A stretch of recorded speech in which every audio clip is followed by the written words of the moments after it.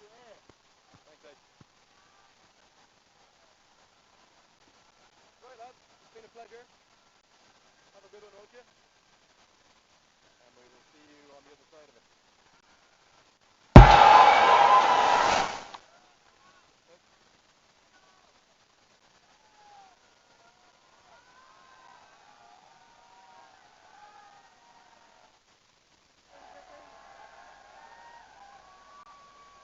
The phones don't turn up?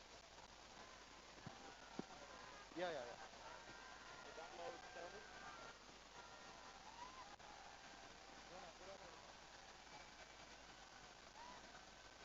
1 minute.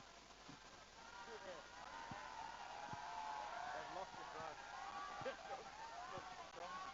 At least it's got it down. Okay. There's your picture where you look peaceful.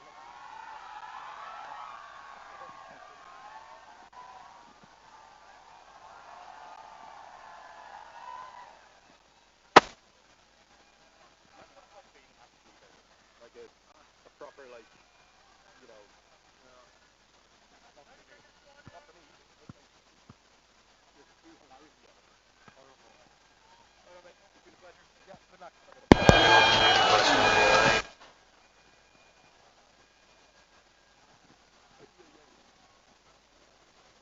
Good suit. Thanks. Nice, isn't it? You picked those. Good colour. Yeah. I reckon I put on 8 kilograms of this.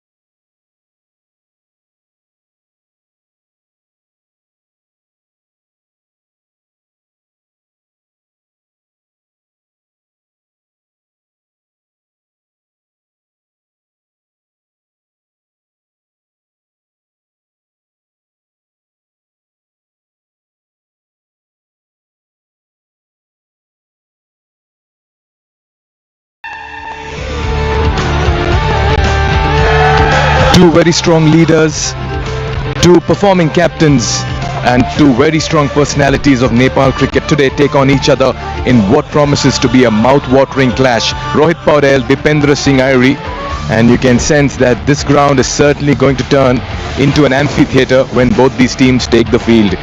We are all set for game day 10, match number 13. It's the Lumbini Lions, the boys in red versus the Sudhurpaschim Royals, the boys in yellow, and we're coming to you live from the Tribhuvan University International Cricket Stadium.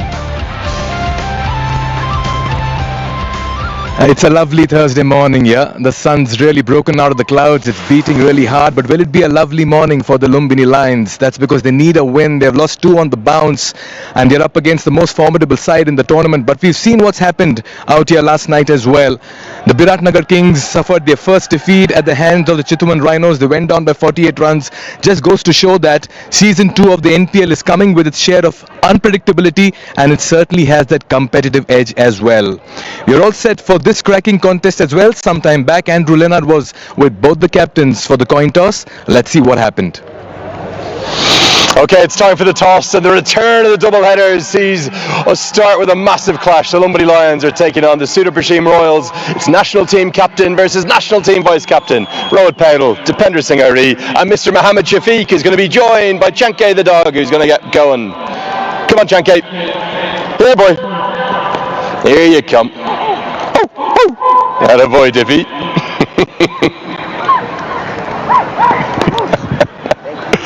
Okay, Rohit's going to give the coin a toss, please.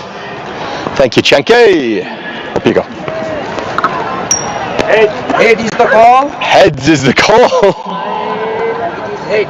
It is head. It is a head. Depender, you've won the toss. What are you going to do and why? I'm going to ball first because wicket is little bit turning. That's why. The last 4 games have been won by the side batting first. Were you tempted to bat first? I don't think so. It's a match. We play well, and that will be a win. Big game against your national team captain. What are the plans against Lumbini? Nothing. Just play normal cricket. That's all. Play winning cricket. Final question, any changes to your 11? No changes. Thank you. Dippy. Nice to see you always. Okay, that's Dipender Singh winning the toss and continuing that trend. Every captain winning the toss, choosing a bowl first. Would you have bowled? Yeah, we would have loved to bowl first as well. But still, I think as a team we need to play better cricket to win a game. Either we do batting or bowling in the first inning. It does not matter unless we don't play a best form of cricket. It's probably not the time or place, I'm sorry, but that World Cup draw, England in the first game, how exciting is that? Absolutely very excited, especially it's been a dream for all of us to play the World Cup, and again we are playing in consecutive years, and playing against England is a good game. So yeah, we're looking forward to that group, and we'll love to play that World Cup. It's going to be something else, isn't it? About today's clash, it's going to be a really tough one against Sudhurpaschim. Can you take them down? Yeah, absolutely. I think all the teams are balanced. It does not matter who is top of the table or down, but you have to play better cricket, and I think boys are really pumped up, and we know how important is today's game, and we're looking forward to it. Final question, any changes to your starting 11? Yes, we have one change. In place of JJ Smith, we have Thomas Traka. Okay, looking forward to seeing the Italian. Okay, that's going to wrap it up from the toss aspect. Sudhurpaschim Royals, they've won the toss. They're going to bowl first. Now my great friend HD Ackerman is outside, out here in the middle alongside me. HD, we're back to a pitch we used 2 days ago. What do you see? Oh, Lenny, yeah, thanks very much. We're chopping and changing these surfaces. I mean, every single day it's a new one. This one was used a few days ago, and there was decent score first. A little bit surprised, actually. A little bit surprised that Dipendra wins the toss and decides to have a bowl first. I think that's 13 from 13, Andrew said. But teams that are winning now are the teams that are actually batting first, and that's because I think these surfaces are starting to deteriorate quite quickly because of the amount of cricket that's played on them. It's very noticeable that right at the ends of the surface, it's getting quite dry. So the spinners are happy to try and get the ball up to the bat and spin it hard past the outside edge. The trouble is if you over pitch, you go down the ground, which is a very big scoring area here at the TU Stadium. To my leg side, 65 metres. To my offside, 65 metres. Down the ground, 63. Not so easy to hit the ball square of the wicket because of the lack of pace. Hence the reason we see players like Ravi Bopara from yesterday hitting the ball in front of him. So clever. Yesterday I said that the team that's the smartest will win the game. Exactly the same applies here. Don't set that goal too high. 170, 180, not necessary. You get 150, 160, more than competitive. I actually like the fact that the Lumbini Lions lost the toss and they're going to have a bat first. Yeah, it's been an age-old trend and fixation that most teams winning the toss like to bowl first. Incidentally, this is the first toss that Dipender Singh was winning, and he decided to field first. They've batted on all occasions and they defended well to win all three. Nevertheless, just the right time to introduce Fazal Khalil this morning as well, who's in a very nice contrasting outfit over here. Fazal, great Thursday morning. Well, absolutely, Mikhail. It seems like a beautiful minty Thursday, isn't it? Yeah. But if I were Rohit Podel, I would be slightly happy that I've lost the toss and I'm batting first. Yeah, that's some work to do for the batting department, particularly. They started off well, the Lumbini Lions. They lost the last two. The top order has not got runs, particularly. You've had Darcy Short from the Lumbini Lions, who's got starts. He's into the double figures. But Sandeep Johra, after the first game, has gotten out for single digits in the next two games. Well, just taking a look at the pitches and how they've played in the last week or so, I think Darcy Short and Johra will need to take a page out of Ravi Bopara's book. That's the play book, really. That's the way you should play. I think they need to accumulate the runs and then explode in the back end of the innings with wickets in hand. Yeah, that's key, but we keep talking about how important it is for teams to have a strong middle order, someone who can hold the ship as well for them. That man over there, Gulbadin Neb, he's had his moments, but certainly you really want the other batters to also come around. Like Dilip Nath was not really looking good. He was scratchy with the bat. Rohit Paudal's got runs, but he's been very conservative in his approach. You ideally want to believe that you want to see like a firecracker kind of a batting performance from the captain. Well, Rohit Paudal is absolutely like Ravi Bopara. He can turn the strike around, get the big hits as well. So a lot depends on the way Rohit Paudal will play here and from here on into the tournament. Very important phase of the tournament, Mikhail, and a lot depends on Rohit Podal and his form. Yeah, the playing 11 for the Lumbini Lions sees one change. You see Thomas Jack Draka coming in.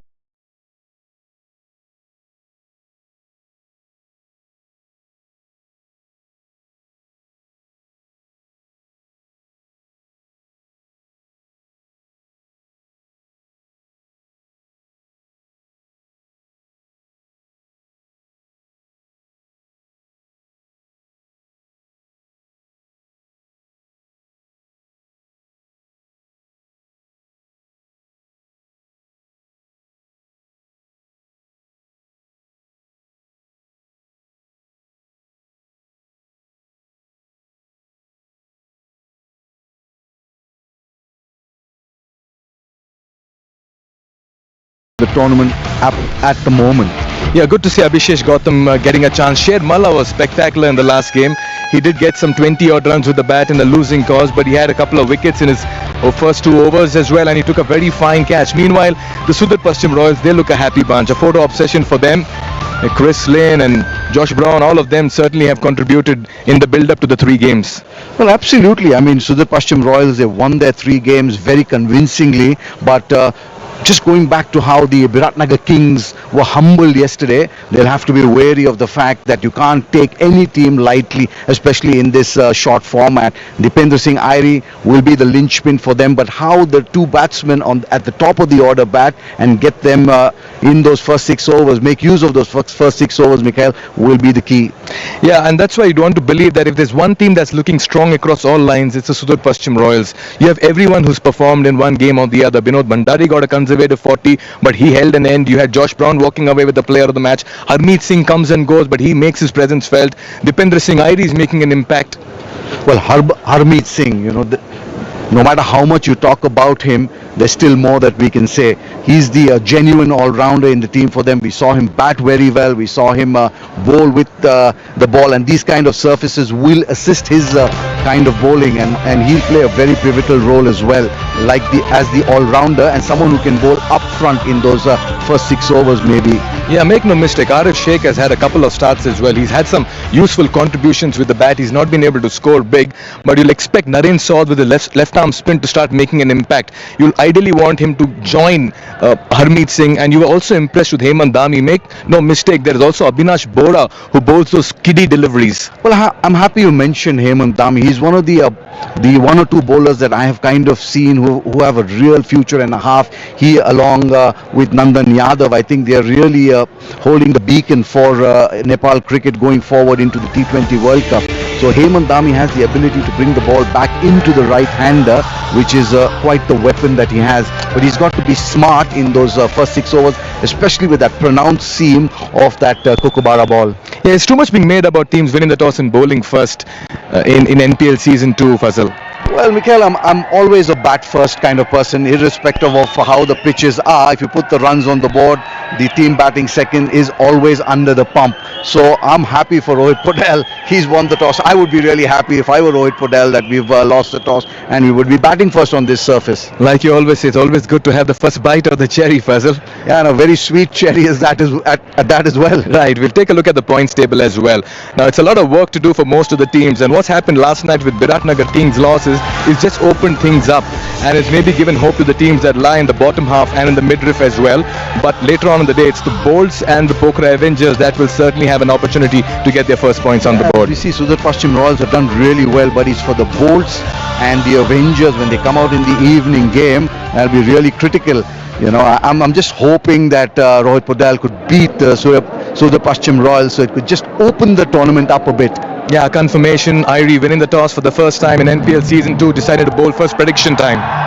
Well, Sudhurpaschim looked the better team on paper. Like I said, I would be happy if Rohit Podal and his boys can put it across the big Sudhurpaschim Royals just to make the tournament nice and interesting. So you're going with? Well, I'll go with Rohit Podal. I'll go with the boys in yellow then. So you're in the red corner, I'm in the yellow corner. We are all set for action. The boys have just got into the huddle and they'll be making their way in the middle. The umpires are there as well, and we are all set for live action on game day 10, match number 13, and it's over to Andrew Leonard and HT Ackerman.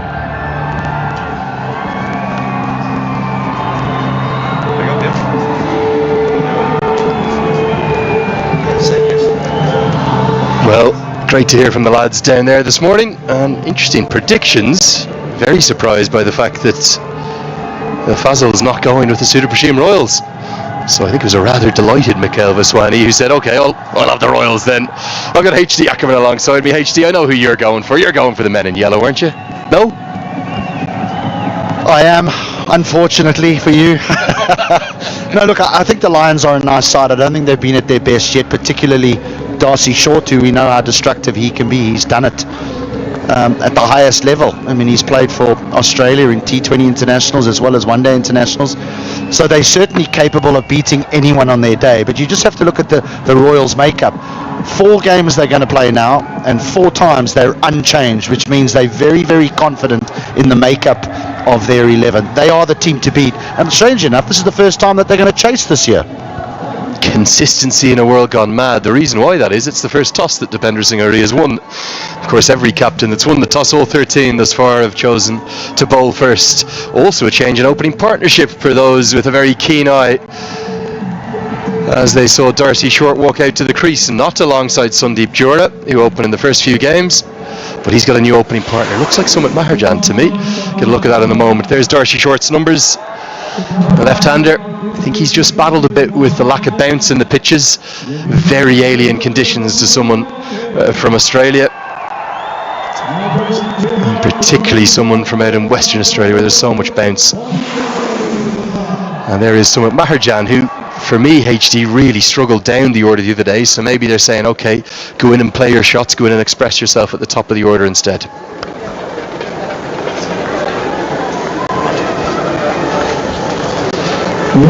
Scotty Kuggelein has been one of the stars of this Nepal Premier League since its inaugural year last year, retained by the Sudhurpaschim Royals and back opening the bowling. The big difference this year, though, he's found a willing fast bowling opening partner in the shape of young Hemant Dami, who I have no doubt that Stuart Law will be thinking of ahead of that T20 World Cup that I asked Rohit Paudel about out at the toss. Nearly all set. 3, 2, 1. Let's get it on. Sudhurpaschim, top of the table, looking to expand their lead up there and place one foot into the playoffs. Here comes Kuggelein. And that'll be 4. Nice way to start for Darcy Short and the Lions. He'll enjoy the pace on, he'll have no fears about that, and he finds the gap elegantly between cover and mid-off. Just up front in the sort of opening over of his spell, Kuggelein likes to try and swing the ball, but we know that these conditions haven't really been conducive to prodigious swing bowling. And so if you're trying to swing it, you tend to err too full, but Short will like that.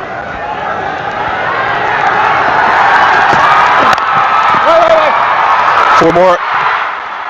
Better delivery this one, but it's greeted by an even better stroke, and the Lions mascot says, come, come, give us more of those. 8 runs from the first 2 balls. Scott Kuggelein immediately saying to his captain, get that slip out and get him in at cover, because Short just uses the pace here to guide it through backward point.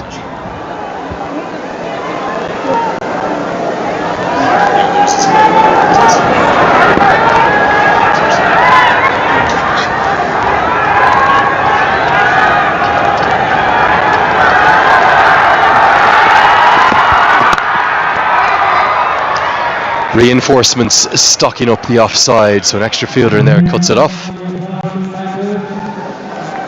H, you and I were out there having a look at the pitch. It's definitely pretty dry, isn't it? It is, particularly at the ends. You know, that I know it may look on your screens as though that grass is green, but when you're out there, it's now completely dead. So there's not going to be really any seam movement for the seam bowlers up front. But you can understand why it's dry. 3 pitches have been used over the course of the tournament so far. One of the challenges I feel as well, if you just look at the square, so there's been no cricket across 11 months or so. There's been a couple of charity games, a couple of festival matches, no professional cricket or domestic cricket of any kind. The challenge is that the 3 pitches that they have saved, kind of in between the ones that are marked out, the ones that we have used, they're also getting quite a lot of heavy wear just from fielders running across them, from batters running up and down. So keeping them in pristine nick for the third and fourth week of the competition is a real challenge for Madhu Dai, the head groundsman here, and all of his team. Off the top edge, I think it's going to land safely, as Chris Lynn just couldn't locate it whatsoever. Didn't really make any effort at tracking that one down, and it's a third boundary of the over for Darcy Short. And this is a mishit. This is a top edge. And a top edge more because of lack of pace. But fine leg is up inside that 30-yard circle, and so it falls safely. Yeah, the other thing is that the curator can only sprinkle water on at the close of play in the evening game. And so he can't put too much on because it won't dry quick enough, because we don't have a lot of heat. It's quite cold actually during the evening. So the whole square doesn't have a lot of moisture in it. Really good start from the Lions. 12 runs coming all from the bat of Darcy Short. It's 12 for them.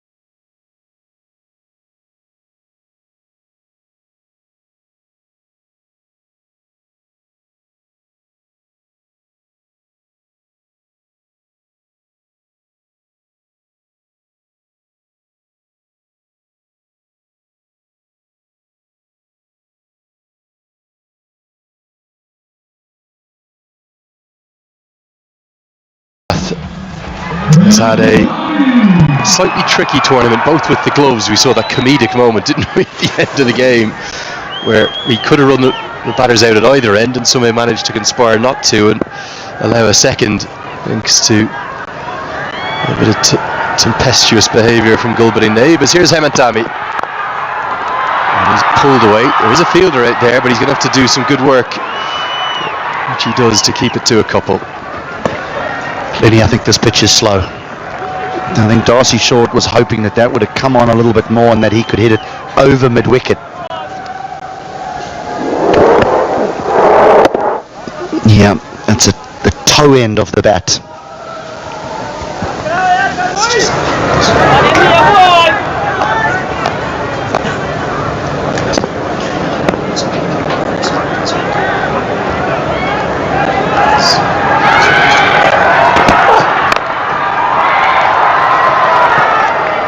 A lot of excitement around the nation with that T20 World Cup draw, H.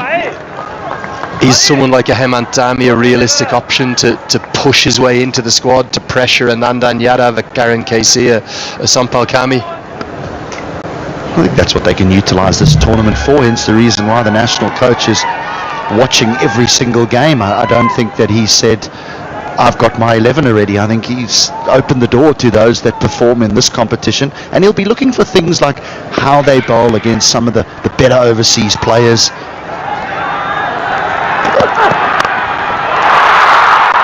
Goes a long way up, not going to be far enough for 6, but will be 1 bounce and 4 more. Darcy Short, well, he's going to really go after it here in the first 6, and finds another boundary for him, his 4th. Well, this is his method, Darcy Short, and he'll just keep going. So that's why you can see that if he comes off, inevitably his team wins.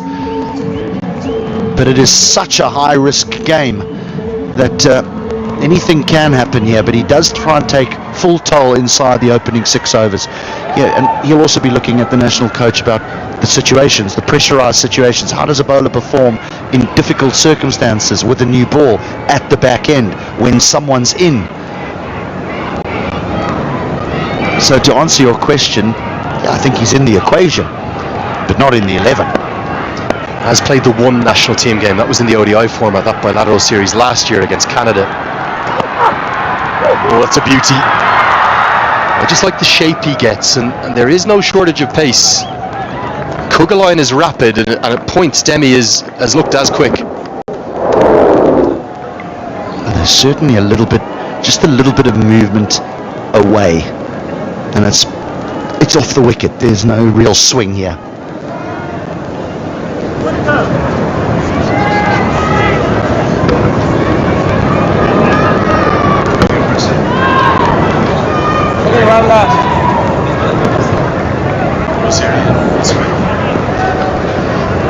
I just love the fact that draw is out in terms of focusing the mind. I know everyone knew it was coming, but it makes it real, doesn't it? Got him! Oh, big moment! And shades of Milan's dismissal yesterday. Short attempting to pull across the line of a delivery where there's no pace in the surface, and all he can do is chop on. Hitting the ball square of the wicket is extremely difficult. And it's just the length ball. Short feels as though that's in his arc and he can whack it over mid-wicket, but it doesn't get to him and keeps a little bit, just a touch on the low side, finds the inside edge. We're going to see a lot of these dismissals as Short goes for 18, 26 for 1.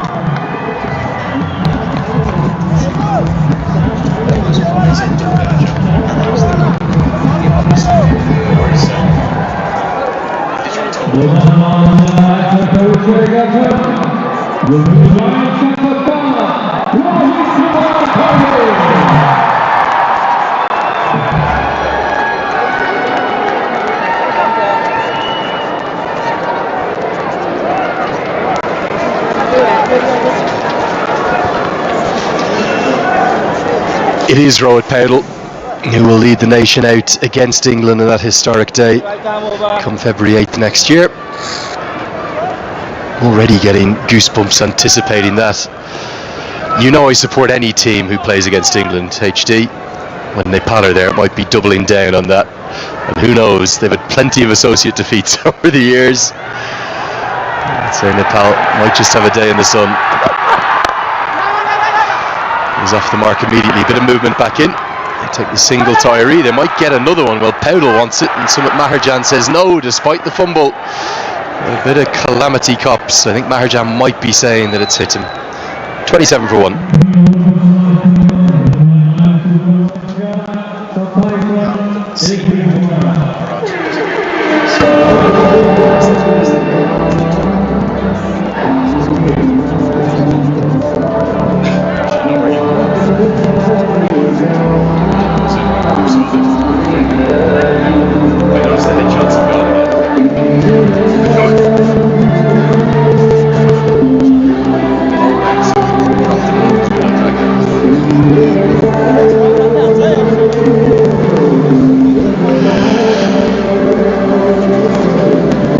Harmeet Singh is going to come into the attack, and alongside Sandeep Lamachani, well, the two best spin bowlers of the tournament. And also because now they're two right-handers at the wicket. As soon as Darcy Short was heading back to the pavilion, Dipendra Singh Airee would have just said, Harmeet, you're on. Do some damage. Knock over this top order. And there's some dangerous players in Gulbadeen Naib, Sandeep Johar are going to come in a little bit lower down, but quite a long tail, as you've already mentioned. And so Dipendra Singh Airee will want to strike, not restrict.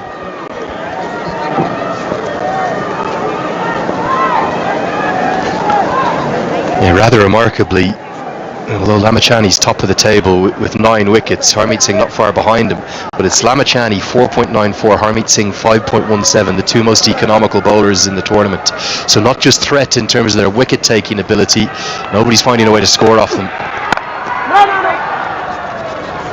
Singh in particular, just so accurate.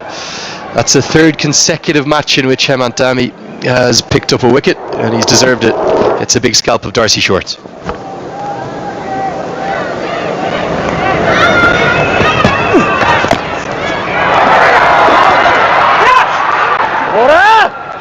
A little misfield meant that there was no real danger, but Maharajan was on his bike down the wicket and Powdell was still on bended knee.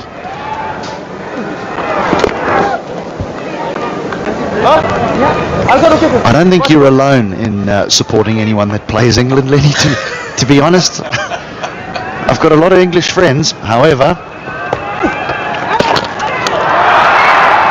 Couldn't agree more with you. Individual English people, men and women like lovely Jess, who we're really enjoying working with. Top of the bus people. Collectively when they play sport, not so much.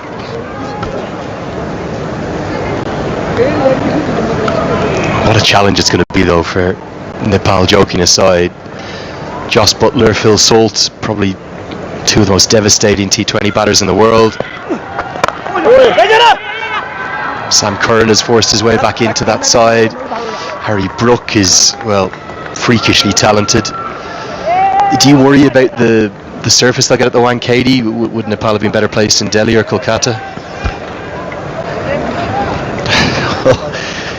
I'm probably going to get abused online for saying this, but the worse the surface, the closer the teams get. And England are obviously a powerhouse in world cricket. That's a good run, very good run. Nepal are improving all the time, but I'd almost want to play them on a substandard surface than one as good as the Wankhede normally is.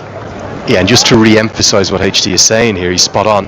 You think back to St. Vincent last year, the margins, the gaps narrow against the better sides. Nepal should have beaten South Africa in St. Vincent on an incredibly tricky surface. Because Nepal's spinners bowled outstandingly well, they fielded like Gorkhali warriors, and they did everything but get over the line. They very nearly did the same to Bangladesh, who they had 80 for 9. And when test playing nations arrive at T20 tournaments and it's not a great surface, gee whiz, you want to see some divas then. Whereas associate nations are probably used to playing on some surfaces that aren't quite as good. I do worry a little about the Wankhede, how good that surface will be. This is swept around the corner very effectively. Good stroke Just a slight erring in line from Harmeet Singh, which we don't see too often, and he gets it round the corner to get a boundary. 35 for 1.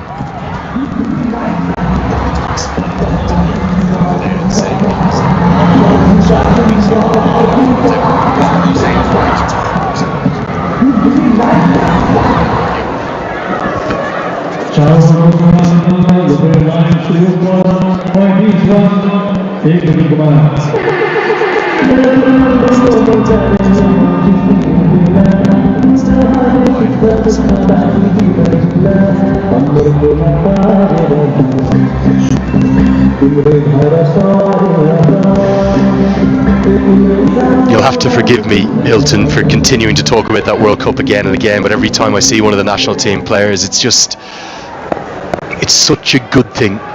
A decade ago we had restriction of the World Cups, we had a lack of globalisation of the sport. As Kuggelein returns and beats the outside edge. Now we've got a 20-team T20 World Cup. The women's has expanded to 12 as of next summer in England. That should go further. Let's hope that gets to 16. And I think it's fair to say, as of right now, we could have a 24-team T20 World Cup in due course, and maybe one day 32. Well, with the way it's expanding, 20-team World Cup and the IPL also expanding, we might just have 2 tournaments a year. Only thing I'll say about what they've done for the schedule in India, they've packed in a lot more triple headers than they did because of the logistical challenges that they faced in the Caribbean and USA last year. Whereas because they've gone with less venues, and I give great credit to the BCCI, to Sri Lanka Cricket, and to the ICC for doing that, because if you had too many venues, that would have made it impossible. Whereas what they've done is 5 venues in India, all major hubs they can get between easily. That's Ahmedabad, that is Mumbai, where Nepal will be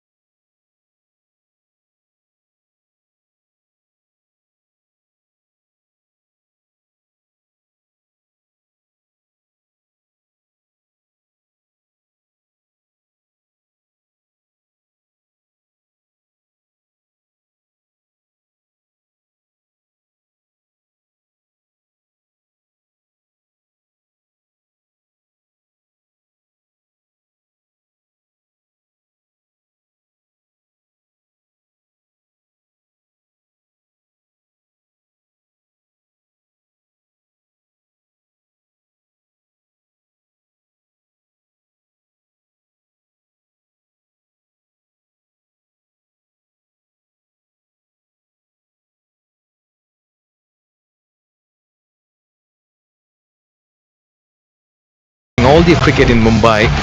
Very nice, good pitches over there. Good bounce. Flicked away in the gap, in the air.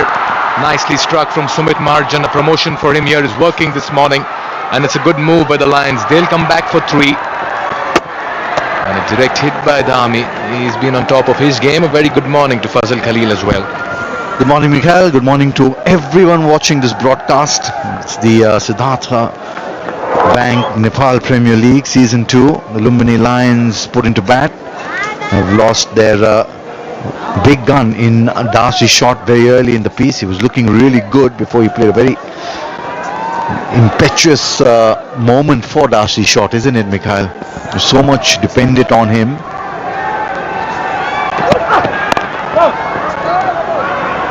Yeah, you spoke about Darcy's shot. 4 times he's gotten out inside 20. He's had score of 19, 18, 11. That's been the problem. Each time he's had the start, he's thrown it away. Today as well, he played a reckless shot to work back to the dugout. I like the look of Hemant Dhami. Something about him. Great frame, physique, demeanor, attitude. Fierce competitor. Runs in hard. Good gatherer as well. Fighter.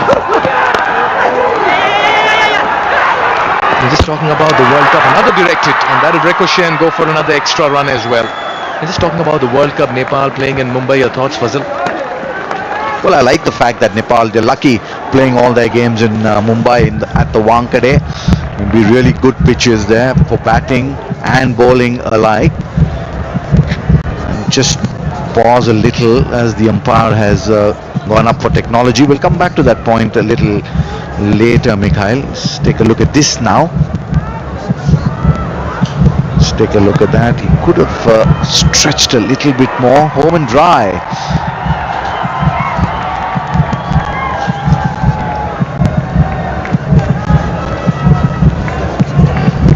A simple decision for the TV umpire. Sumit Mahajan, he's done all the hard work. Now he needs to push on from here. Someone has to do the job that Ravi Bopara did, much like this, Mikhail. Easing that away. Pace on the ball is really going to help the batsman on this pitch. Let's take a look at this one again. Yeah, just rolled his fingers over the seam. But a lot of width on offer. He got to make full use of the power play as well. Now the fact that JJ Smith is not featuring in the side, they are a batter low in the middle order, and that's why Sandeep Johra may be kept for that, and that's why Marjan has been given the promotion. Bodel has looked good. He's looked busy since the time he's come in. Well, we did mention that at the pre-match show that we did, Mikhail, that he has that ability to just turn the ball around, take the singles into twos, get the odd boundary, do a Ravi Bopara for the Lumbini Lions. He's the perfect match. 14 of 14, partnership 23, building slowly. This is where they should be careful between over 7 and 15. Nicely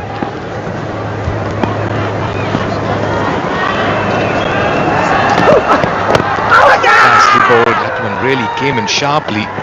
Courtesy that run, the 50 comes up for the Lions in the power play. Yeah, it's been a bit of a hustle losing Darcy's shot, but they've recovered well. 50 for 1 after over number 6.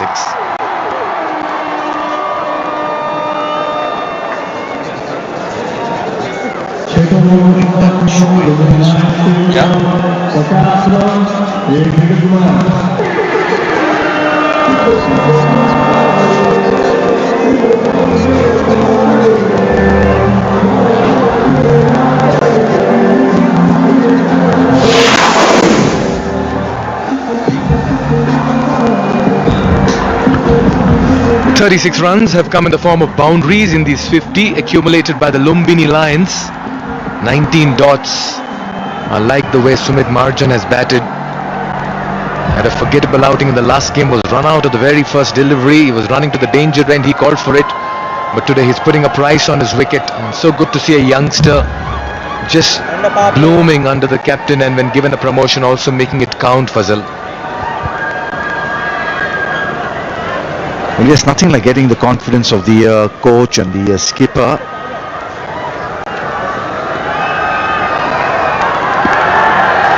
$50 for 1. This is the rebuilding phase for the Lumbini Lions, or the consolidation phase. Let me get that right,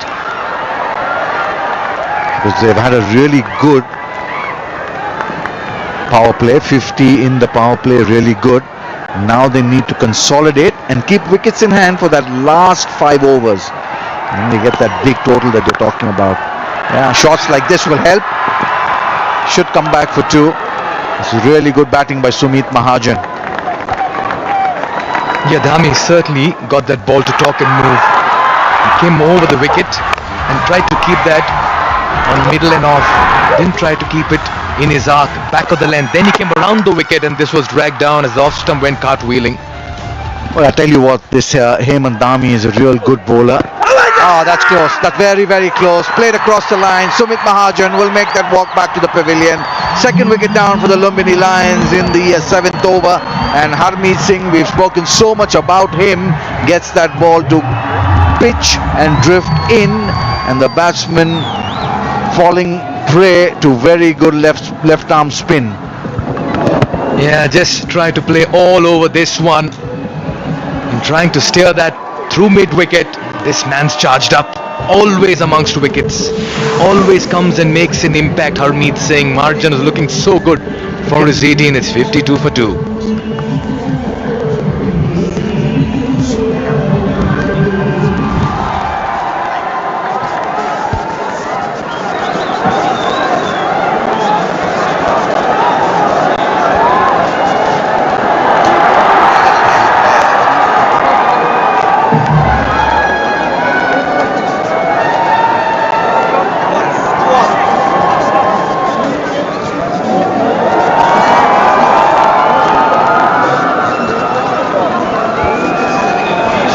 Yeah, he's the impact player on the side, right? Harmeet Singh. As Dilip Nath comes out in the last game, he did get some 20 odd runs, but that was more of a laboured innings. He was trying to force the issue in what ended up being a losing cause. Comes with a lot of reputation, yeah. Best of 27. 10 matches for him. Still not been able to light up the stage with his batting. He has the opportunity presented. He has a left arm spinner with a turn coming into him. Yeah, it's a good charged up atmosphere. A full house at the Tribhuvan University International Cricket Stadium.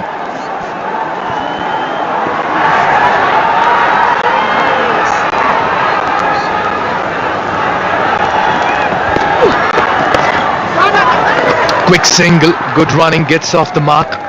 Dilip Nath. Well, extremely good bowling by Harmeet Singh. He's such a intelligent bowler. He knows that he needs to slow things down. He's bowling at under 80 kilometers. Just take a look at that. Foot went nowhere. He was caught on the crease and then he just played across the pad because his head fell away on the offside. No real commitment in the shot. He just played across the pad completely. Just take a look at it again. From the edge of the crease, it came in with the angle. The batsman's head was outside the off stump. Immediately the batsman knew he was struggling. A very easy decision for the umpire. Tossed up delivery. How nicely he varies the length and the pace. Ball after ball, Harmeet Singh. Fabulous over and fabulous start for him as well. 4 runs and a wicket. It's 54 for 2.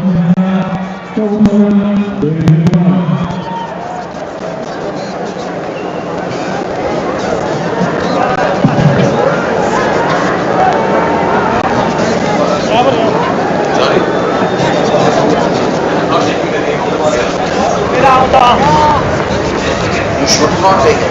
That's what Charlie says.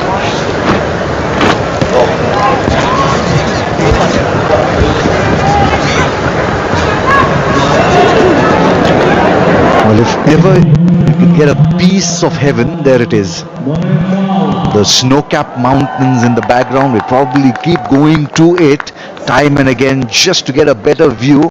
Slightly hazy there, the Himalayan range, absolutely stunning. It's like a piece of art across the horizon. will fetch him some runs. Just wait for the umpire's signal. Will it be a wide, or did it get a little tickle on the pad? Buys is the single. Well, she's a very busy lady. Let's just go down to Jess and see who she has. Someone very special. I'm joined here by Dhruv Parasha. Dhruv, 2 wickets lost for the team so far. How is it going, do you think? Yeah, I mean, I think we've done really good this tournament, and the game is like in the balance at the moment. They've obviously got out to a good start, but I also think it's a good wicket, so we have a good firepower in our batting lineup, so I think we should be able to chase anything around 150. Excellent. How has your time been so far with the Royals, showing the dressing room with some big names? Yeah, I mean, obviously, it's my first time in Nepal, first time with this franchise, so I'm really, happy that I'm be a part of them. There's a lot to learn. Obviously, there's the captain, Dipender Singh Airy, there's Chris Lynn, Josh Brown, Scott Kugelheim. A lot of stuff to learn from the overseas players, so I'm loving every bit of it. Great stuff. And now coming from the UAE, you played franchise cricket in the UAE as well, but how does that compare to being over here in Nepal? I mean, obviously, the conditions are different. But in general, I think franchise cricket is a lot of freedom for the player to express themselves, and I think it's a player-led kind of way. So I think I'm really enjoying it. Obviously, the difference is the crowd. I mean, everyone speaks about it. It's like in associate cricket, especially for an associate nation, the crowd is really incredible. So thank you to all of them. Let's talk a little bit about the UAE then. They've obviously qualified for the World Cup. How exciting is that for the nation? Very, very excited for that. I mean, it's not long now, a couple of months away, so really looking forward to it and preparing hard for it. I think it's a big stage and a really good opportunity for me to, step up. And finally, let's just talk on these crowds. And you mentioned it slightly there, but I mean, these crowds are electric every single game. How is it on the field? Nice and motivating for you? Yeah, I mean, definitely this is a really, really good support, especially I think our team. A lot of fans turn up, big numbers, and I think every game is pretty much full. So I think there's no better environment to play than in Nepal, and it's my first time here, and it's really, really fun to play and see such a crowd turn up. Great stuff. All the best for you and the team. Thank you so much. Thank you very much. Back to comms. 20-year-old Dhruv Parasha has been a very fine all-rounder for UAE. He's played quite a few T20 internationals for UAE, as many as 32 and 12 ODIs as well. And yes, this is Fazal's favourite part of the commentary. Well, absolutely. I'm just enjoying the nature here in Nepal. The people make it look even better. The snow-capped mountains, it's just not clear enough. We'll keep going there, and the directors promised me by the end of the day to get a really good shot of the Himalayan range. As we come closer to the ground, we get the Chobar Hills, we get the Chandragiri Hills on the west side. Well, it's all happening here in Kathmandu. Really a fabulous place to play cricket. It is the festival of the Himalayas, and people believe in Nepal, Mikhail, that cricket unites Nepal. And how true is that? It certainly does. Everyone comes together to celebrate this sport. I keep talking about the unprecedented love and acceptance cricket gets in Nepal is next to none. It's just so involved and informed about the sport and the players. That's so very important, and they're intelligent fans as well. Talking about the snow-capped mountains, the director is saying maybe an helicopter with a camera person and Fazal would make for a perfect storytelling.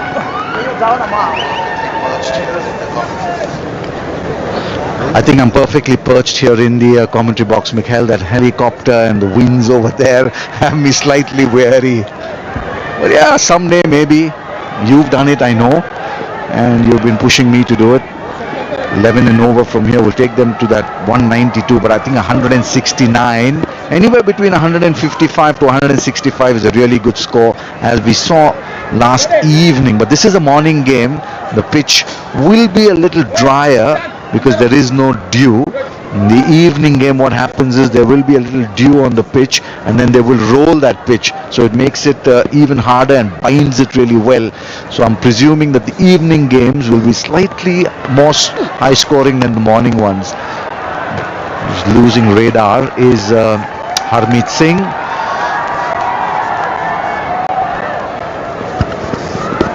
Dilip Nath's certainly been a different batter to what he was in the last game.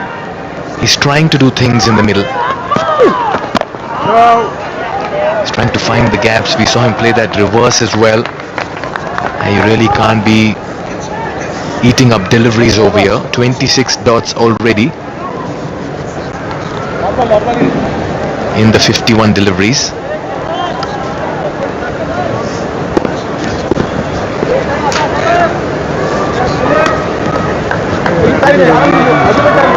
Harmeet's just continuously moving his field, particularly in the boundary ropes. He just wants them to stand exactly where he wants them to be. Bowlers do have that in them. Yeah, slower again, just slightly behind the crease as well from where he delivered the ball. Well, the on-field umpires for today, this afternoon game, Durganath Subedi. He is the local umpire, and his partner at the other end, Ravindra Vimalasiri from Sri Lanka.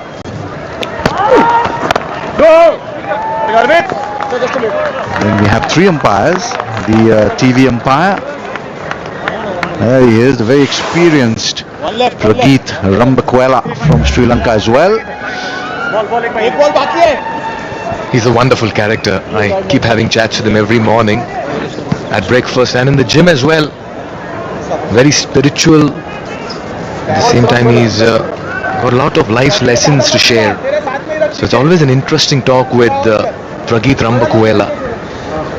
It's intriguing, Mikhail. You just have these intriguing talks with so many people. I do meet Rambakwela as well at breakfast, but it's just a good morning, how are you, and let's move on from there. How do you manage that? I'll tell you, it happened in 2024 when I met you for the very first time, Fazil. It all started from there. The intriguing and interesting conversation just continued to be. Line gone, 66 for 2.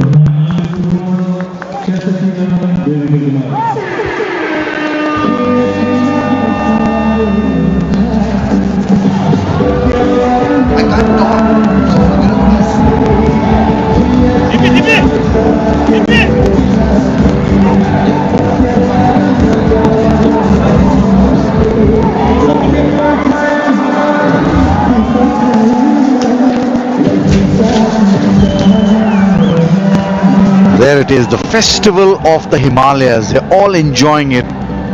We're just about 12:30 in the afternoon, Nepal Standard Time, and they're all here.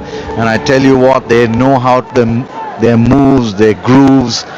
That's the skipper himself on from the commentary box end. The Lumbini Lions versus the Sudhurpaschim Royals. Match 13 live from the TU International Cricket Ground here in this beautiful city of Kathmandu. Yeah, and the showman is on display. Call him Superman, showman, he has everything. Up his sleeve. Lovely cricketer. Firecracker of a batter. Flying machine in the field. One of the most deceptive bowlers you'll find. Not many off spinners taste so much success as much as Irie has tasted in recent years, Fazal. Well, yes, and a lot of support for him and the Sudhurpaschim Royals. They're on top of the leaderboard. Played 3, they won 3. So they're sitting pretty, and this man is architect of those 3 wins. A very integral part of those 3 wins. The way he feels, the way he bats, the way he bowls. Yeah, Dilip Nath just cramping a bit after that second run. You could see him just ambling across to the other end. We'll take a look at the points table quickly. Why this is an important outing for the Lions is simply because they're in the bottom half. Now, ideally, had the Kings won last night, they would have been happy. That's because then you just increase the gulf between the top 2 and the remaining, and then the others have a chance as well, Fazal. Yeah, that's why it's so important to start a T20 tournament on a winning note. Once you start winning, you take that winning momentum forward.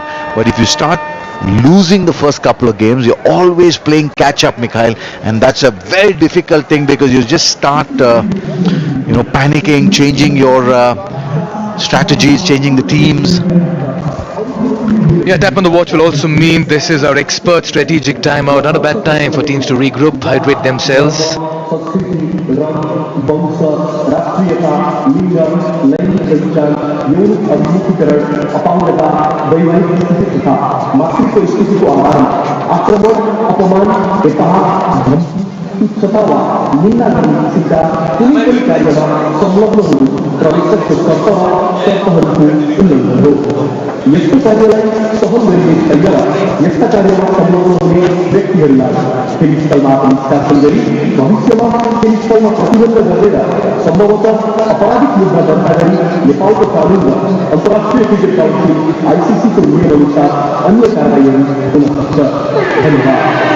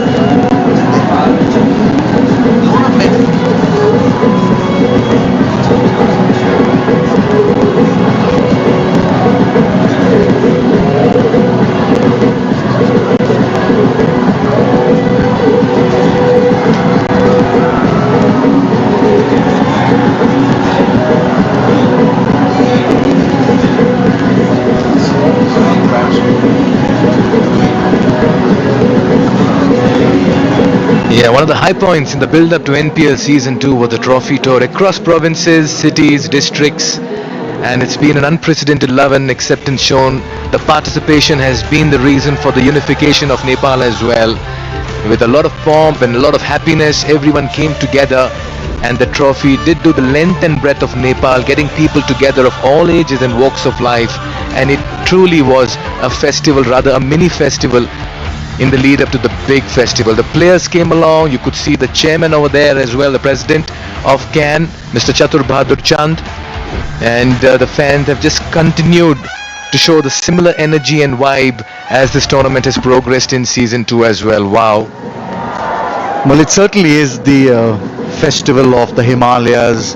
We believe that cricket unites Nepal, and really great job done by the Cricket Association of Nepal. Like you mentioned, the president Chatur Bahadur Chand and the secretary Mr. Paras Katka, they've really done a fabulous job here, Mikhail. They have the best facilities for the cricketers. They have the opportunity for them to come out there, express themselves. Nepal has made it to the World Cup, the T20 World Cup, which will be played in India next year, early next year. And a lot of support for the league. Yeah, meanwhile, a quick reminder to all our viewers as well, you can download the Dish Home Go app, our official OTT streaming platform of the Nepal Premier League 2025. And you can be watching it worldwide except India. That's because it's streaming worldwide on the Dish Home Go. Download and subscribe the app now. Yes, Nepal's qualification is great. They're playing in Mumbai, and ideally I would look at it this way. They have one venue, one surface, one place to practice in, so that in a way will also be handy for the Nepal cricket team, just logistically and maybe just acquainting yourself with the conditions. What it'll also do for the fans is they all congregate in one place. They don't have to go to different parts of the country. Well, that's a smaller aspect in a very large picture for Nepal. What I like is they're playing in one of the best stadiums in India. The pitches are really nice. There's a lot of grass on those pitches. It will turn because it's got the red soil there. So there'll be a little in it for the spinners, for the fast bowlers, and if you can bat, you'll really score a lot of runs. It's not a very big ground. They'll have a lot of support there. Nepal, they take on their campaign. They start their campaign playing England. So I think that's a very nice place to play cricket. It's the best pitch in the country for sure. Best. When I say best, I don't mean loaded in favor of any particular facet. It gives enough for the spinners, faster bowlers, and the batsmen as well. So happy times for Nepal cricket. Yeah, sporting wicket in one, kid. You could expect runs and you can also expect bowlers to have a say. Spinners too. Yeah, something needs to give over here. You can't be consuming deliveries. And 3 dot balls in a row, just the 4 runs coming off over number 10, and at the halfway stage it's some kind of work to do for the Lions. They've gone quiet, 70 for 2.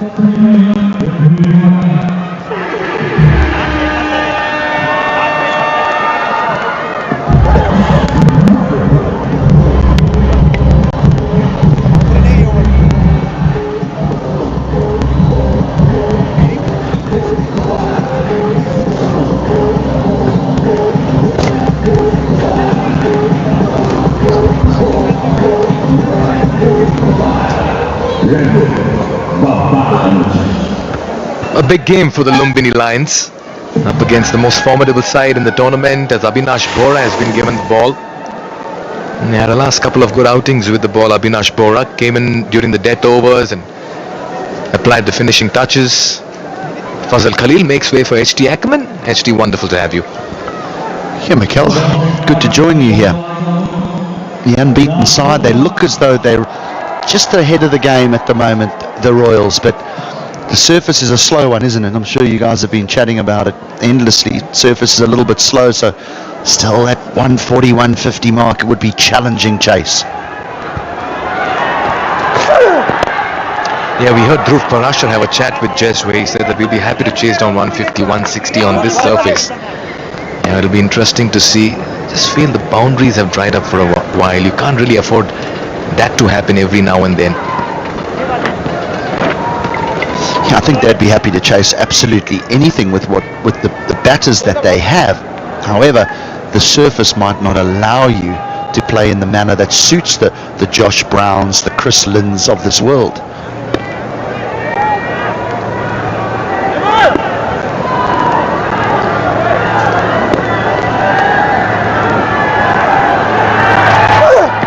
A very skiddy customer, Abhinash Bora.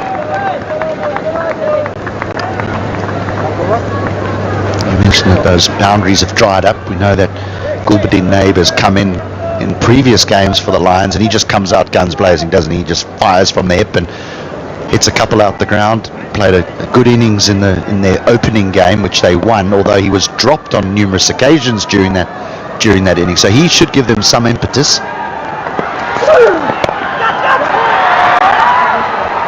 Watch it!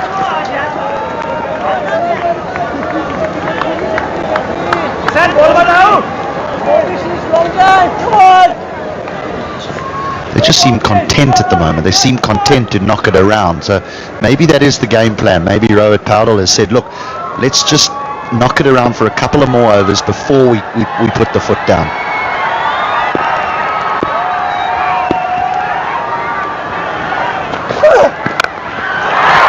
That's got a lot of bat and a lot of distance as well. That's gone some distance, I must admit. What a hit here. The first Siddharth Bank maximum in the 11th over from the bat of Dilip Nath. Maybe not. Maybe that discussion wasn't had. Overpitched. It doesn't matter if it's a slow pitch, a quick pitch, a spinning pitch. The ball does very little from that half volley. Nicely struck. You did speak about the surface just playing a bit too paced, not coming onto the bat nicely. The last couple of shots maybe suggesting that if I have a pacer coming at me, I'd still want to fancy my chances playing through the line or in the V.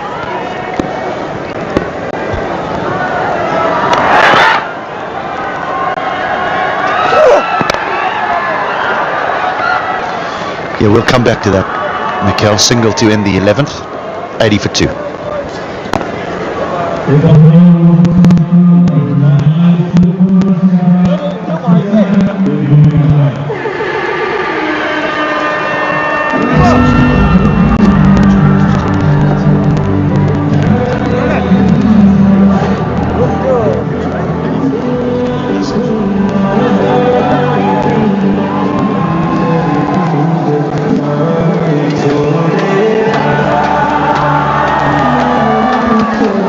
We got news about this game and the one later being sold out very early last evening. Just goes to show the frenzy out here and the energy. And the support these teams have as well. Every team comes with its fair share of fan base, and we are seeing that game after game. Over number 12.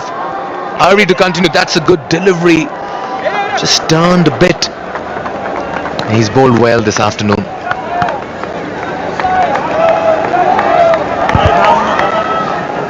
Now, going back to your question, the key is length. Yes, there's spin on the ball, there's turn off the pitch, but if you bowl it too full, that's when you can get hit. So you need that length to be perfect. It's about 6 to 8 feet. Smartly done. Just before this delivery, Paudel was looking at the field all around in front of him, then goes with a bluff and plays one behind, just uses the pace. A lovely touch to give Paudel an NSL Super 4. He knows that Dipendra Singh Airi bowls the ball very, very quickly for an off spinner, so you can get the ball behind yourself. And smart batting. Yeah, so even if the big quicks run in and bowl, the key for them is to the ball comes on a little bit better if they seam up, but you find towards the back end of the innings the big quicks will still bowl those hard cutters into the pitch, because it's just that deceleration of the ball that has to make a batter adjust his stroke, which makes life difficult for them. Yeah, they need to make that extra bit of effort to impart that kind of force on the ball as well when you bring that deceleration. Good point there, HD. Yeah, just like the way Rohit Paudel played so late to get that 4. So important for batters to keep in mind that you need to watch the ball till the very end.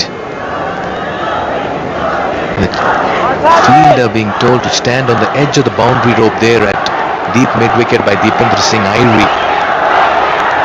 Chance of Rohit. Yeah, he's played it with soft hands. Smart cricket. He's challenging the arm of Airi. I can't help giggle when he chases after the ball, because you think, oh, they'll get in easily. But it's the ability to get down, pick the ball up and get up so quickly. It literally is in the blink of an eye. You think, oh, they're going to canter in here. And then Nath has to get a move on. Oh, he's a good fielder. He was just treated for cramps some time back. So he was struggling with his running. And the last thing he would have wanted is Airi trying to fancy a run-out chance at his end.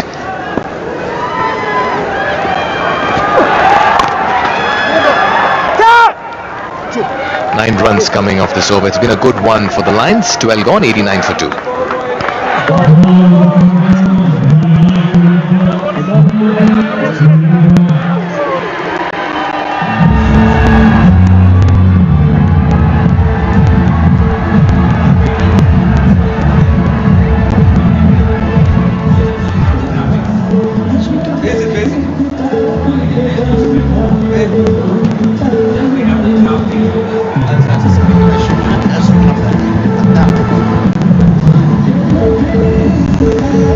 Smiles all around, and they've all come with a lot of hope that the Lions will put it past the Sudhurpaschim Royals today. It's a contest between red versus yellow, and at the moment we are seeing a sea of both colors take over this facility.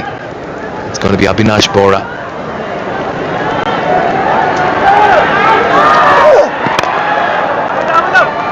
Yeah, just nudging it around.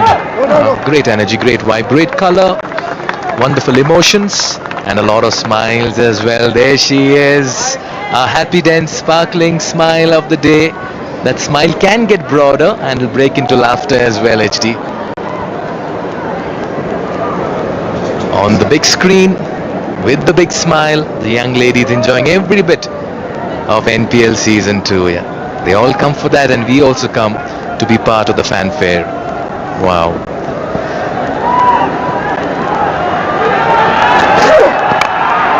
Yeah, he's lost his shape on this one.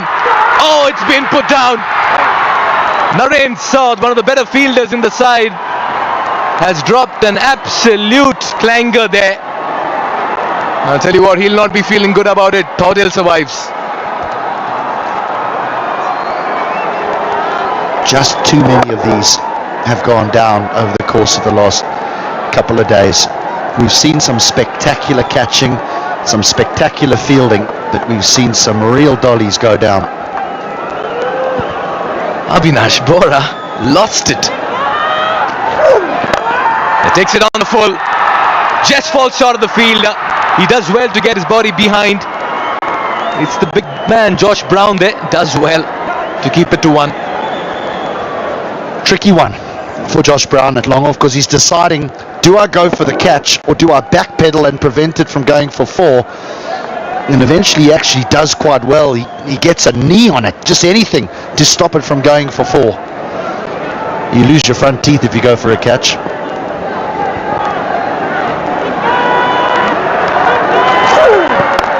Just how quickly he's moving inside the crease. So yeah, Dilipnath will have to be careful here. They're just trying to apply pressure on the fielder. They'll get an extra run on the misfield and the overthrow.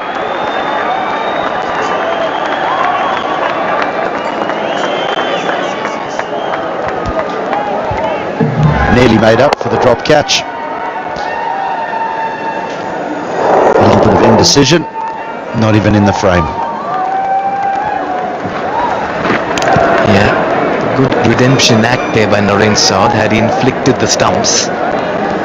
Very quick on the ball and that release as well, very Jadeja-like. They say your best fielders are positioned at point, backward point, your fastest fielders.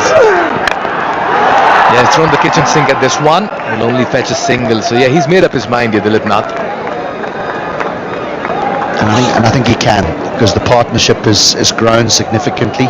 It's into the 40s now, at better than a runner ball. So you've got 2 batters that are in. So both can be aggressive. If one gets out, then the other one just changes gear slightly, just drops a gear while he allows the next batter to just get in a little bit for a few balls. We saw last evening how the drop catch of Ravi Bopara came back to haunt the Biratnagar Kings. This could be the case with Paudel today. Yeah, he'll work it around. He knows his job. He wants to stick around till the end, and the others will bat around him. A drop catch, 6 runs coming off it. It's 95 for 2.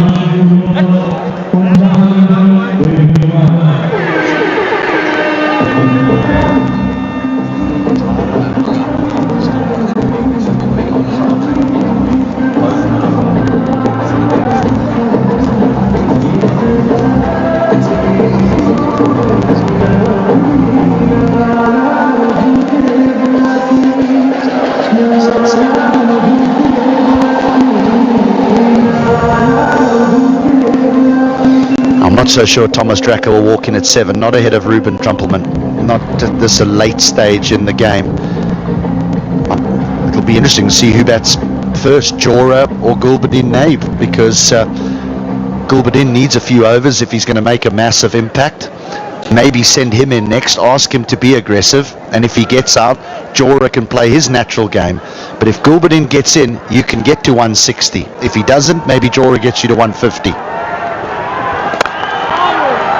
Fiercely struck, and what's good to see with Irie as well, he's not bringing on his left arm spinners now.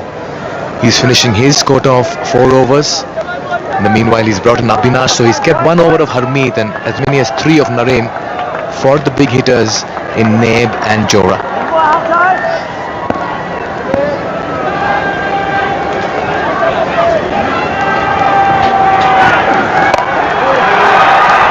Just trying to get inside the line of the ball. Quite a few opportunities in the last over for the Sudhurpaschim Royals. This is the biggest one of them all. Straight to him, down it goes. I would say half chance there. And then a run out, direct hit, you're gone.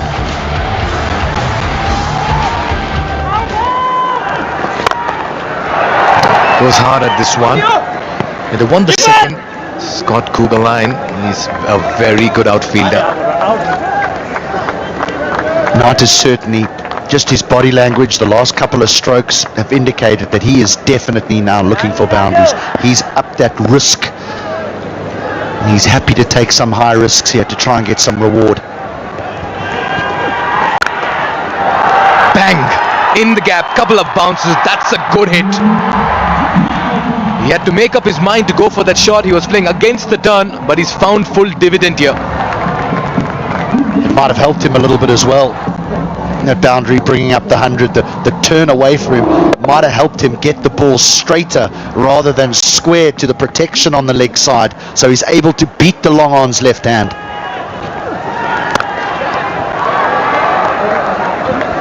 Yeah, this partnership is now worth 51, and it's come in good time, but I'm not too sure about the pace at which it has come.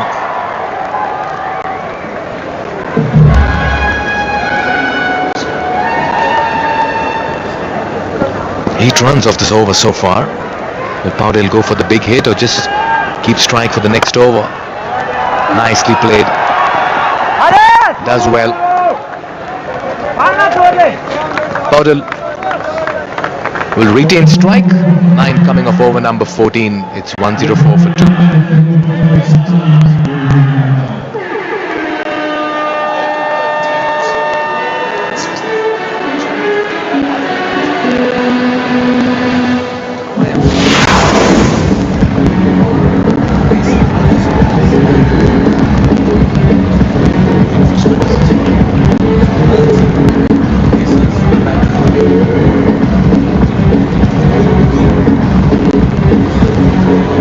Yeah, the first 50 coming in quick time 36. Then it's been a bit of a partnership, a bit of resurrection. Took 46 deliveries, but what's good to see is that there's still a lot of batting left here, and the license to go big is now there for both the batters. Powdell yet again has been the glue. He's the adhesive around which the team always revolves. Time and again he's produced these innings.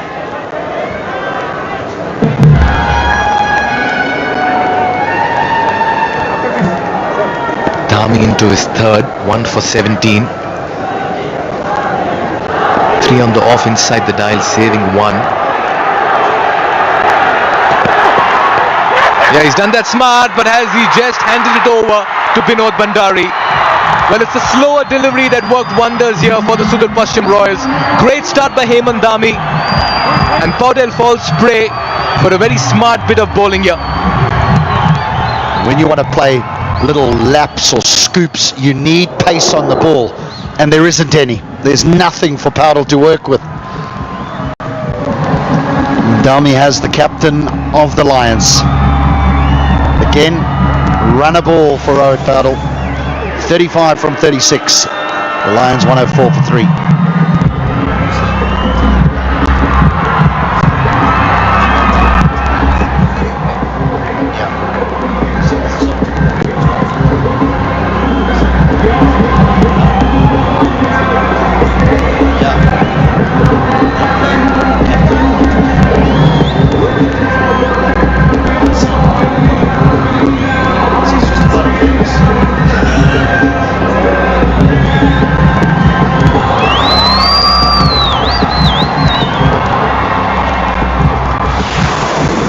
Good scalp here by Dhami and the Sudhurpaschim Royals. Gulbadin Naib walks out. Had a very good outing a couple of nights ago with the bat, Gulbadin Naib. But 44 in 22 in the first outing against the Chitwan Rhinos. Great numbers for him, and the stage is set. Ideally, you want to walk out when the demand is high, and this man always delivers in such situations.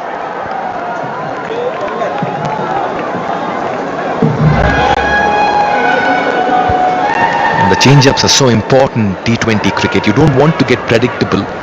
This is where the challenge is for the bowler. He was very smart. Usually the batter would think the pace up is coming. It's the pace off that came. That'll have to be re-bowled.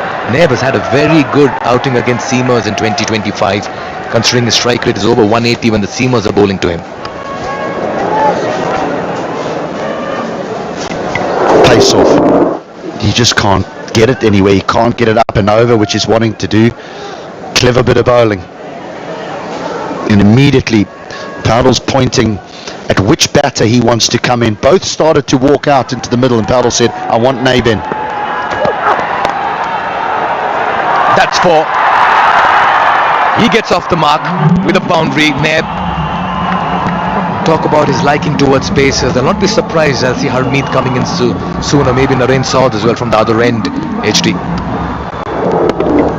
And as soon as there's pace on from the pacers, you're able to get the ball behind yourself, where often there's fielders up inside that 30-yard circle. Fine leg, short third. The field says pace off, pace off. You spot on. Don't be surprised if Harmeet Singh is introduced.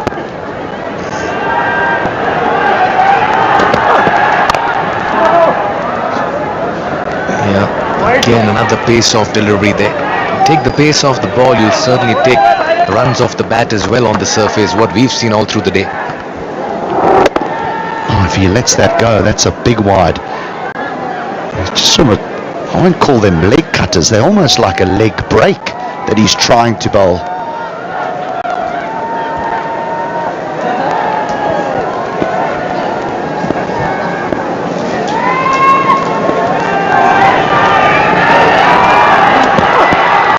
Another slow delivery, just rolls his fingers. He's been deceptive. Sometimes you can get very habitual in just going out with a slow ball every now and then and the batter picking you up. But here he's been able to take the mickey out of Naib on a couple of occasions.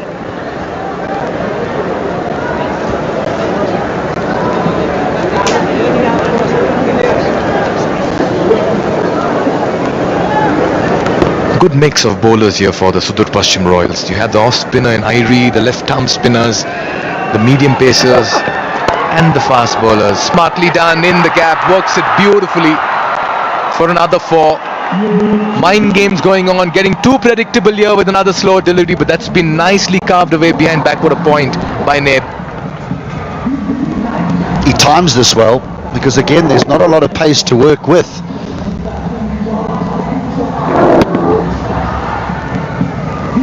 Beautiful placement and timing.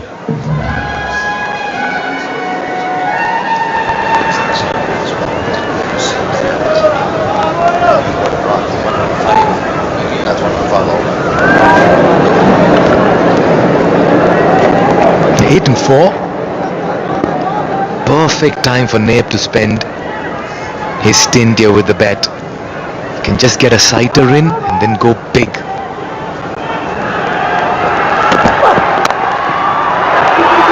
Runs here, a couple for sure, and it's been a good over here despite losing that wicket of Rohit Paudel. They've accumulated 11 and over number 15. Expect some fireworks in the back 5. 115 for 3.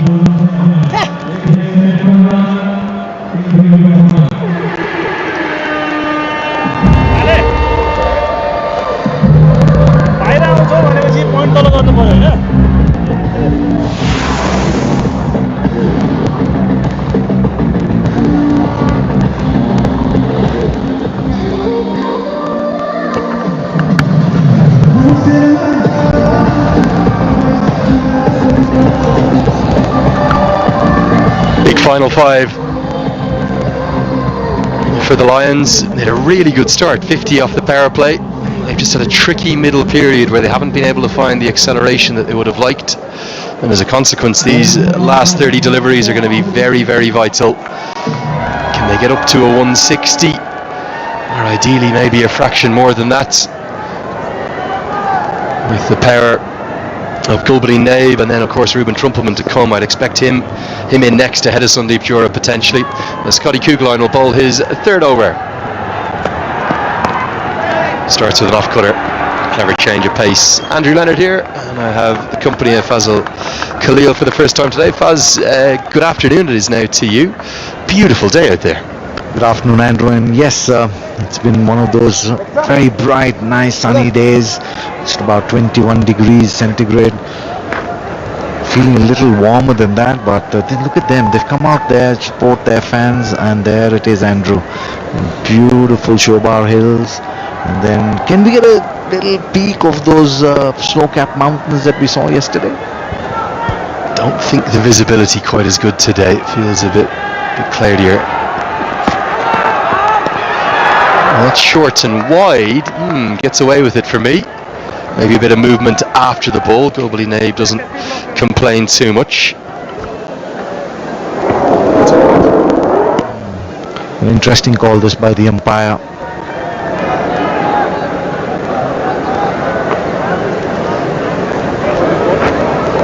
The stage perfectly set now for the Lions to explore at the back end of this innings and get to that score of 170. Need some big hitting now. They have the firepower, they have the batsmen to follow, they have the overs to do it in.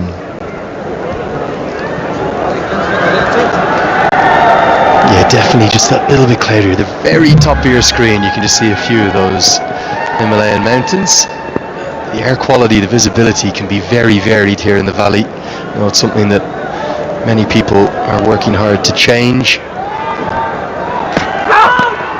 That just looked a bit quick and it struck Dilip Nath. He's played better today, hasn't he? He's been a bit too cautious in previous days, but he's shown us a good range of strokes. 3 boundaries already for him. Well, yes, a little bit of extra pace and bounce for Scotty Kuggeleijn, but yes, he's played well. 29 of 26. We saw how well Ravi Bopara played last evening. 65 of 38. Really shepherded that side to that score of 170 plus, eventually winning the game against the much more fancied Viratnagar Kings. Someone needs to do what Ravi Bopara did. It's in the air. There is a fielder from mid-wicket. Just lands in no man's land. Yeah, well, if that man can't get there, nobody can.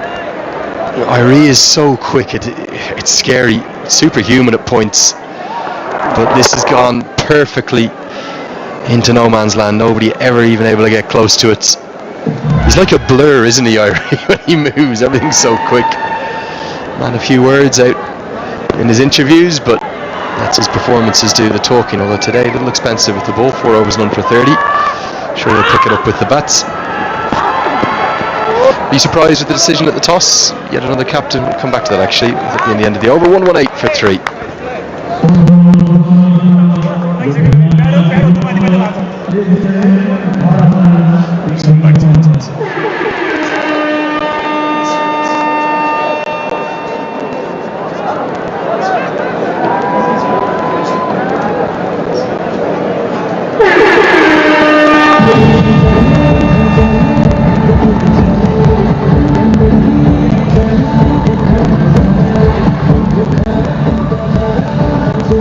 Love this innovation of the camera on the cap of the umpire's head. Gives you a really good idea as to exactly what they're experiencing out there and just how difficult a job it is. I was just about to ask you about the surface. It looks different, doesn't it? As it's our first day game in a few days. Last 4 matches all won by the side losing the toss, batting first. Well, we are in the second week, so you're going to expect the wickets to look a little tired, devoid of any live grass. They've just been watering it and rolling it. We did see in the evening yesterday a hell of a lot of rolling there. I saw the 2-ton roller on last night after the game was over. A bit of watering as well.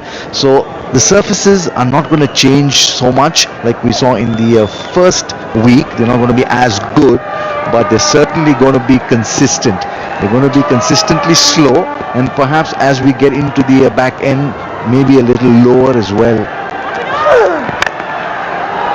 There are still 2 fresh pitches that haven't been used yet that are being saved for weeks 3 and 4. Problem is that's to the left of the pitch you're playing on right now, and I think to the right. Problem is they're getting quite a little bit of traffic as well, just from, you can see the batters running up and down on them, and it's just going to be tricky. I thought they might use 6 on the block. They're only going to use 5, so we're rotating 3 of them at the moment, and then they will try to bring the other ones to life for week 3 and 4. Well, you can see that, Andrew, the ones that have been marked are the ones that have been used, and the ones in the middle are the ones that will be used. But when they play on the pitch that they're playing now and the one adjacent to it, then you're running on the pitches that will be played on in weeks 3 and 4. So there's a fair bit of beautifully bowled and gone.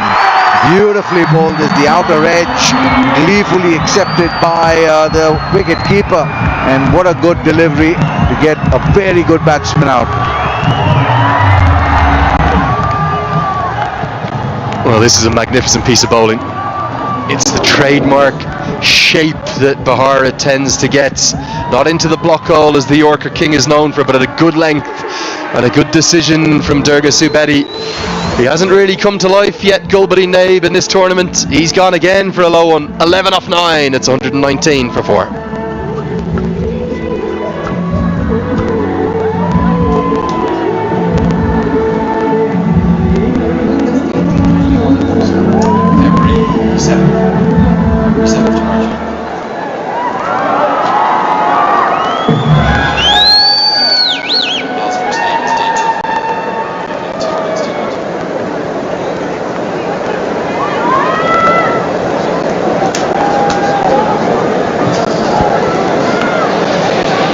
Always nice to see a smiling Avinash Bahara. The veteran has probably been, well, maybe the forgotten potential man of that T20 World Cup next year. Has played an awful lot of T20 cricket for Nepal, debuting, I think, the best part of a decade ago now. Well, not quite, all the way back in 2018. As Ruben Trumpelman comes to the crease. And again, the outside edge is beaten, that slingy action. 62 T20Is, 75 wickets. But he just doesn't quite have the pace that I think Stuart Law wants. That's why he'll be more interested in the Hemant Dami. But he does have a lot of skill, Avinash Bahara. It certainly does. If you can get the ball to talk at this stage in the game, that means you have some skill set for sure.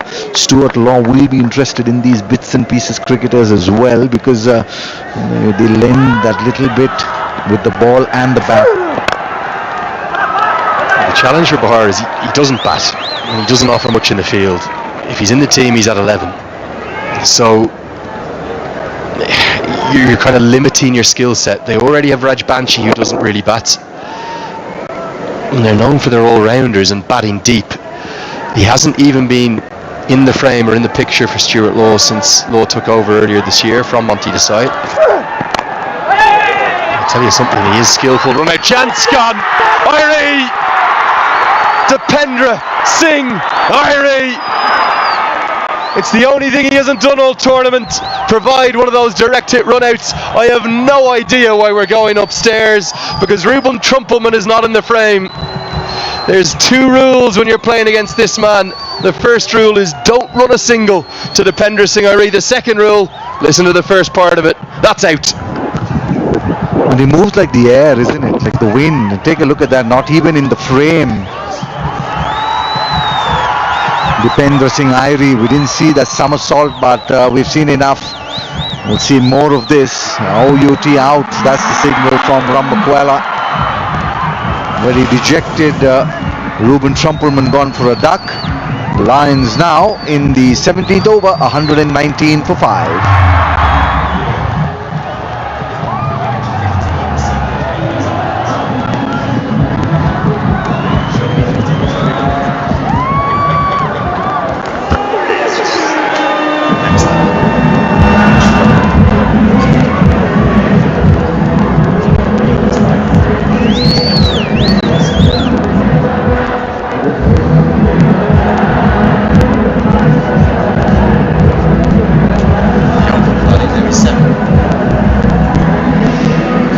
Well, the Tigers just come to life here at the Nepal Premier League.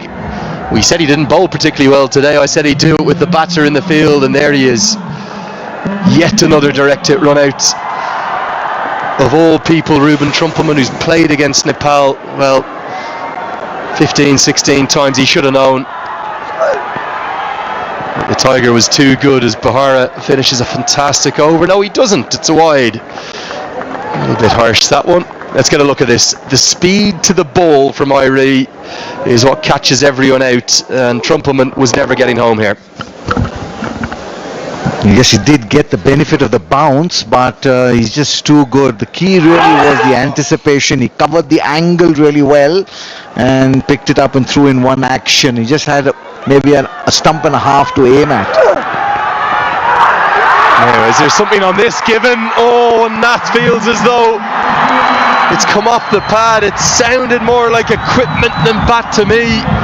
We'll find out in a moment, but the finger's gone up. It's the third wicket in the over. And Nath is going to have to trudge off Not happy.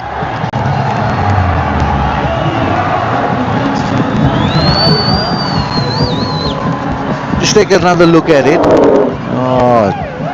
Well, I think I'm with the batsman on this, Andrew. I did think that it got that thigh pad of his, but it's not my opinion that matters. It's the umpires. Dilip Nath gone for 31. Got Binod bowled Avinash. Third wicket in the over. 120 now for 6.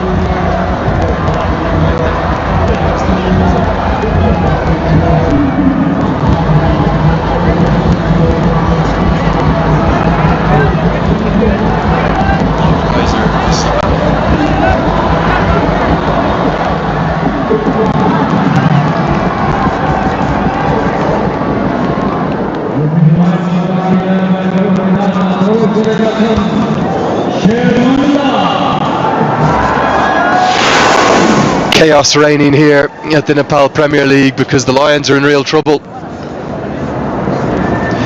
for Abhinesh Bahara and a trademark Dipender Singh Airi run out. And all of a sudden the innings has gone from 115, 119 for 3 to 120 for 6. Look at this. Collapso for the Lions. Yet again, as soon as Rohit Paudel gets out, the Lions just seem to crumble. He's carrying such a weight, such a load for his team. Been some poor batting in that previous over. Was Dilip Nath unlucky though?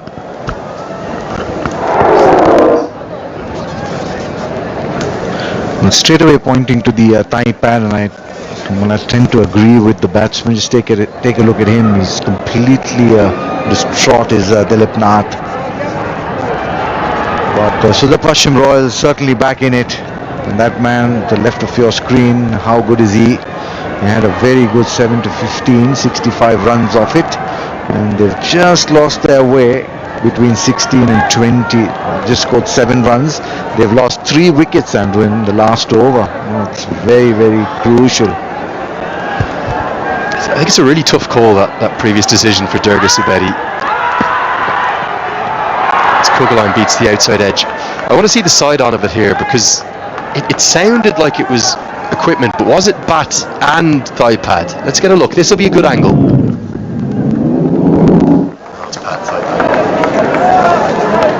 It just shows how difficult umpiring is. We're seeing a second, third, fourth replay and we're still not 100% certain, but it did sound a bit more like the cloth or the trouser or the thigh pad as opposed to the bats.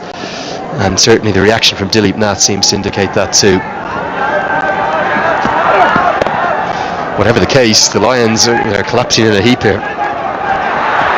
Well, I think they have themselves to blame, really. Lumbini Lions, they had Jora there. He opened in the last few games. I don't understand the reason why he's batted so low in the batting order. If he had come out there with shot, he's the designated opener, perhaps things could have been different for the Lumbini Lions. I don't like this chopping and changing in the batting lineup. Fully agree with that. I think if you're going to... Sundeep Pure is an international, and he's a quality international that Stuart Law has in his first choice T2011 for the nation. He's opened the batting in the first 3 games, now he's down at 7. If it's opening the batting or 3 or 4, it's not that big a difference, but 2 completely different skill sets needed at the start of the innings as opposed to the end. Well, yes, and when you have such good players, you want the best players to have the majority of the overs. You don't want him to come in at number 7 and just play out the 20 overs. Now what they're doing between over 17 and 20 is that they're just scraping the barrel, and whatever they collect from there will be their total. At one stage they looked that they would get to that score of 170 comfortably, and now they'll be crawling to about 150.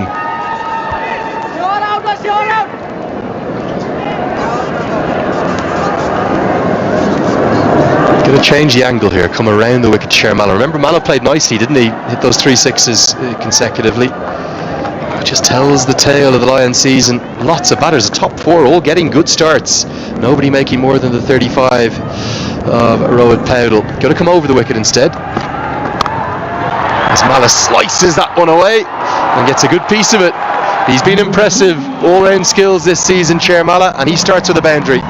once again, Shermala, we saw him getting runs, we saw him hitting 3 consecutive sixes in the last game. Why would he be batting at number 8? I would like him to come up the order and control the innings and blaze away when you have a game like this. That's the problem. That's the reason why I always believe that you need to start winning matches early in a T20 tournament. When you start your campaign losing a couple of games, then panic sets in and then you hit that self-destruct button. Yeah, and of course they just haven't won many games in the history. Won last season, won this season so far. Got him. That's the right angle. Cramps him for room, and it's the top of the leg stump that's been hit. And more than a word or two from Scotty Kuggeleijn. He's not happy. This MPL, plenty of contentious moments, and they continue. Well, he's got the man, so there's no need for that little bit of lip service. But just take a look at Scotty Kuggeleijn here. If we can get the batsman passing him a word or two, a little send off there.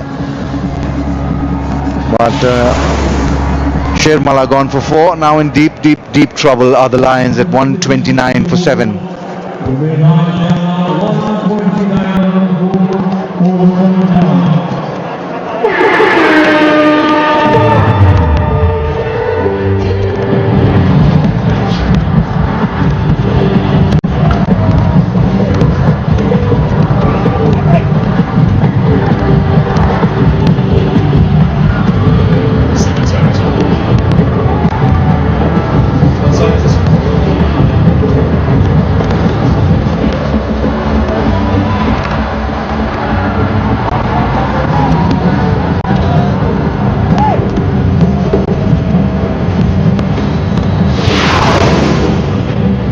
Here's a globe-trotting cricketer with a great background story, Thomas Straka. We'll almost certainly see him involved in the Italian squad for the T20 World Cup. They're in the same group as Nepal, remember, come February. Born to a Croatian father and an Italian mother in Sydney, Australia. Played his cricket at Banksgrove there and moved on to Sydney University and impressed so much with his seam bowling that Jason Gillespie signed him up for a South Australia full-time contract. Didn't play much for the Redbacks down in Adelaide, and by his own admission he does no more than have a bit of a slog towards the end. He'll have 12 balls to work with alongside Jura.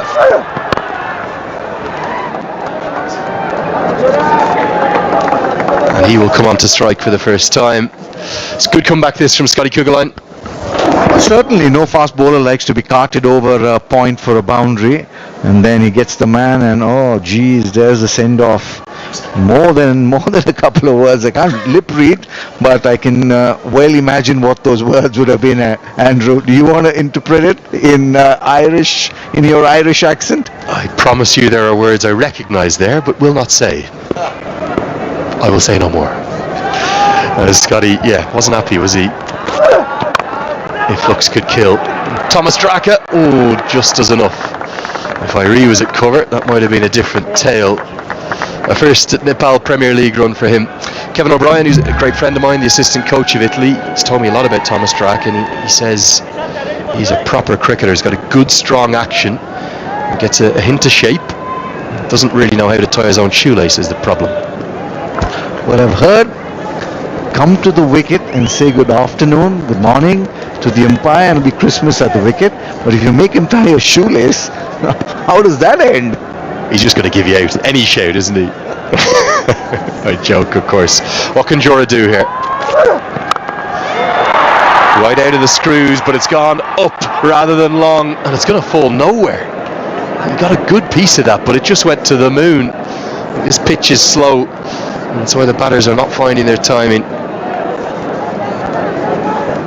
Well, it is the real SUV. It's the Omoda and Jaku J5 EV. It's what we ride each day to work, and the hazards are working. It's a really comfortable, very nice car, fully electric. Edged away, and going to be 4. Third man up in the circle, races to the rope. First boundary in his NPL career, Thomas Straka. Just can't set a field to that. There's absolutely no clue where it went. He's just hoping, and rewarded there was Thomas Drucker. So now they move on to 136. Well, the Lions, they really looked good to get that 170. 46 dot deliveries in the innings so far. That's a huge percentage. Just no timing, is there at all, for the players coming fresh to the pitch? And I think the Lions need to learn from what the Royals bowlers have done well. Have to take the pace off. Most perplexing aspect of the innings, though, for me, Harmeet Singh has only bowled 3 overs. Is he going to bowl the 20th and final? Perhaps he will, but at 137 for 7, I think the Sudhurpaschim Royals will consider this a well below par score and an easily chaseable score. Tries to get this one out of the screws, but again it's gone nowhere. Should be taken, and Kuggeleijn holds on and stays in. Doesn't look the happiest man right now, Scott Kuggeleijn. I don't know quite what is grinding him, but if looks could kill, finally a smile now. Thank you, Scotty. Come on, we play cricket for fun, for joy. Bahara has his third. Well, yes, he's bowled really well. He mixed it up, like you did mention very correctly, that pace off the ball is the way to go. And Scotty Kuggeleijn, he's bowled well, he's caught well, plenty of glee on the face of the bowler, perhaps feeling vindicated, telling the skipper. Sandeep Johra has gone for 7 of 7. Lumbini Lions 137 for 8.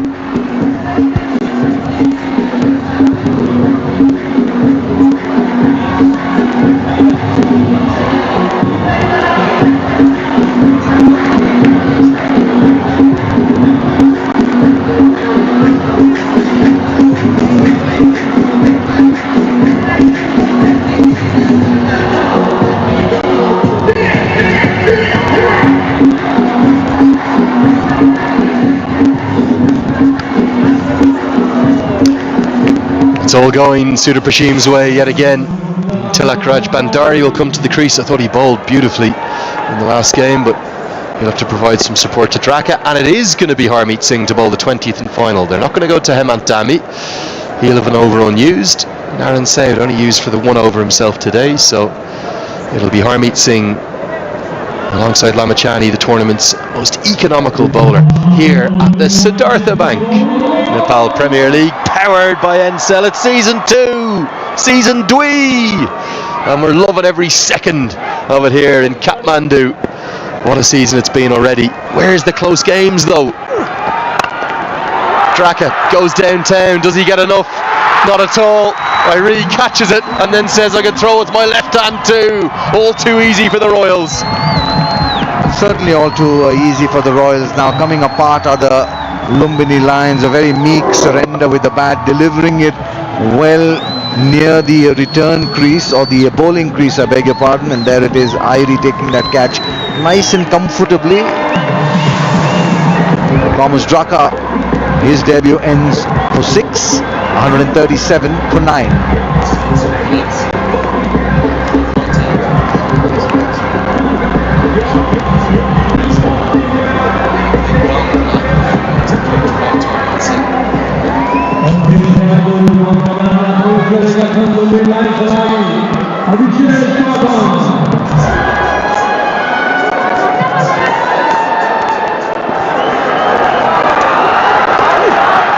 Abhishesh Gautam to the crease, and immediately the under-19 international reverse sweeps for 4. Well, what's he doing down at number 11, says he, as Harmeet Singh is being close to untouchable. He's nicely played away for a boundary. Important runs. Certainly important runs. If he can get a couple more, then they will have something to bowl at, will the Lumbini Lions. We saw how the Biratnagar Kings lost their way yesterday against the Rhinos. It could be that same situation here as well. It's been a remarkable collapse, isn't it? 119 for 3. I think that was just as we came on air. And since then, 6 wickets for 24 runs. Collapso stuff from the Lions, who just continue some of their bad habits from season 1. Couple more runs to the total. This was a dismissal. He was never going to get it all the way for 6, and Iree too good.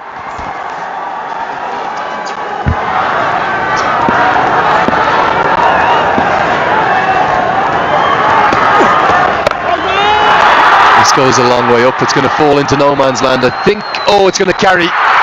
It's Irie again. Left hand throw again. A run out, 2 catches. And the three-dimensional cricketer's at it again. And for Harmeet Singh, it's a 9th wicket of the campaign. He joins Lamachani on top of the wicket takers table. He's been untouchable, unplayable. Well, there's Irie everywhere, isn't it? Just take a look at that. He's come in at least into the 30-yard circle. He's run at least about 35 to 40 yards and taken it so comfortably. That's the class of the man. That's the speed of the man. That's the anticipation of the man. And that's why he's called the Tiger. That's the final wicket, final nail in the coffin for the Lumbini Lions. Harmeet Singh picking up his 3rd wicket. He's been amongst the wickets in this 2nd season of the Siddhartha Bank Nepal Premier League, powered by Ncell. Tell you something, Harmeet Singh is rapidly turning into a player of the tournament contender, maybe the favourite for the player of the tournament, the way he's going with bat and ball. Joint leading wicket taker now, he gets to 9. Yet again, Rohit Paudel is top scored for the Lumbini Lions, and yet again, apart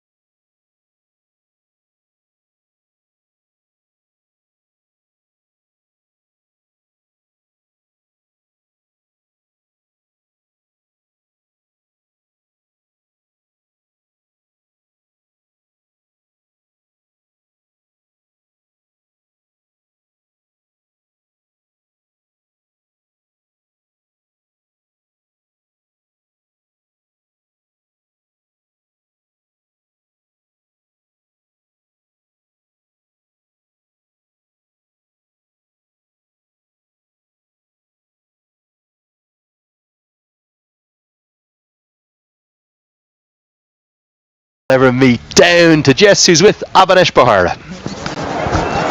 That's right, I'm joined here mid-innings by Avanesh Bahara. Avanesh, 2 for 18 for yourself. You must be pretty happy with that performance. Yeah, it's good for my side. Good.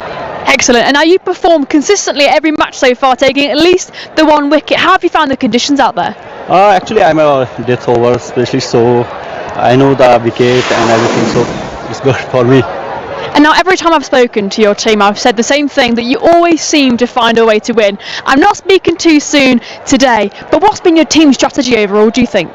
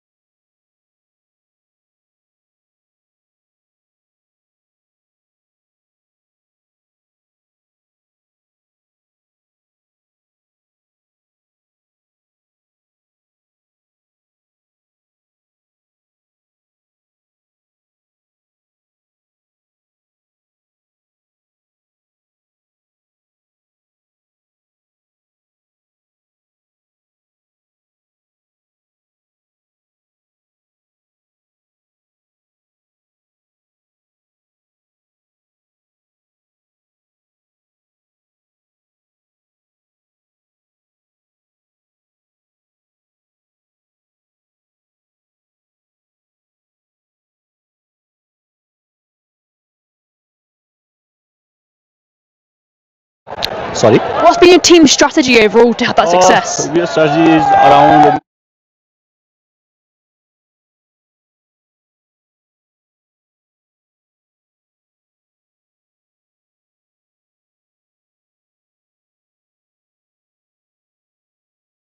Bank, Nepal Premier League, power into bat. They were going well until Darcy's shot created Harakiri for himself and for the team. 18 of 11. Sumit Mahajan's crushed around for his 18, but it was that man Rohit Vordell, 35 of 36, and his partnership of 50 odd with Dilip Nath that looked at one stage that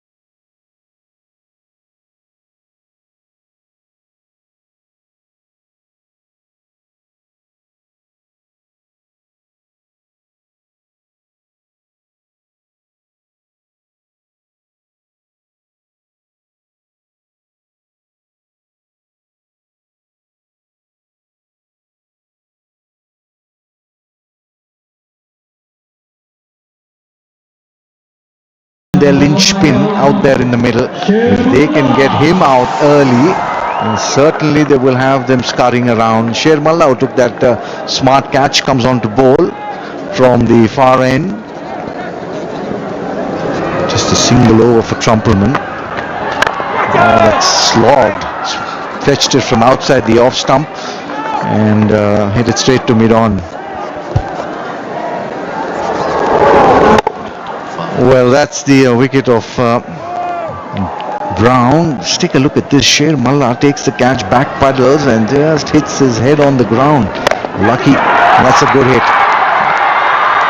A bounce and over those boundary cushions. That's good batting this by Binod. He's asked for another bat. 262 boundaries for the tournament. A good area. Mid-on up inside that circle. Didn't find the middle of the bat, but you've only got to find half a bat to get it over mid-on. Just needs to drag it back a touch. Sher Malla.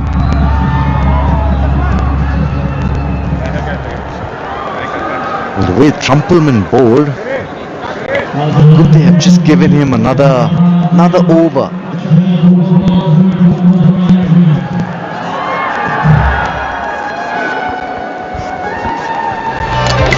Been some wonderfбыл catches taken over the course of this tournament.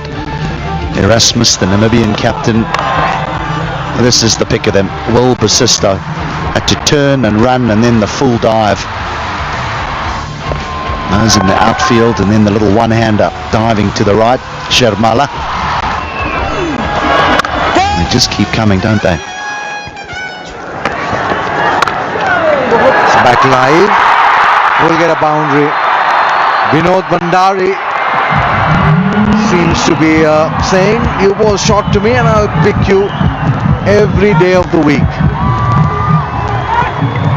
Because of the slowness of the pitch, if you do get your length wrong either side, you really get punished, because if you're too short, it just sits up and says hit me, and if you're too full, you go down the ground to the big scoring area here at the TU. So you need to be spot on, and if you are, you will reap the rewards. That's the length that HD is talking about. Be most uncomfortable when they bowl there, and then the width of the stumps makes it even more uncomfortable. 4 men on the offside, saving one. Oh, nicely picked. One bounce over the ropes she goes. Vinod Bhandari is not messing around and he's not wasting any time. Worth the risk inside the power play, and there's just 2 fielders allowed outside that 30-yard circle. If you can get it up and over the inner ring, there's not many men patrolling that boundary. Good start here for Bhandari. 43 against the Avengers. Got the opportunity today. Appeal negated by the umpire. 3 done, 22 for 1.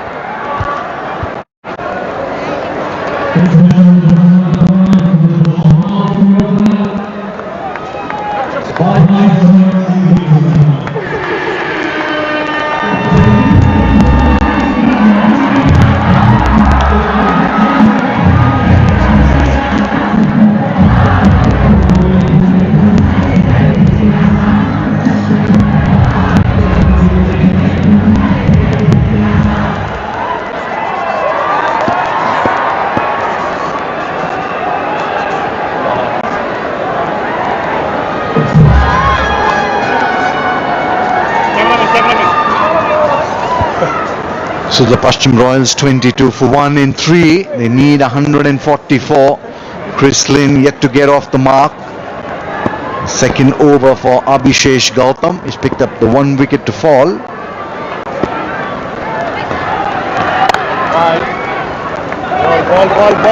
Get a little closer to that off stump. Length is good. Just don't err in the line. Don't give him anything shorter than that. There's no protection out there on the offside. Giving himself some room. Let him make the play. Let him make the mistakes. I think this is really good bowling. He's mixing it up well. He bowls one that he tries to spin hard, and then the other, he bowls a little arm ball that just slides on.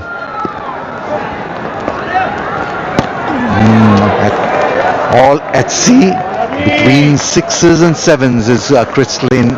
He's played 7 deliveries, yet to open his account. Absolutely no clue playing that sweep shot. Playing it more in hope than in anything else. It's a very good length. And this time he gets it. And he's got enough to get the boundary. Breaking the shackles here is Lynn. Gets the boundary that he was so much after.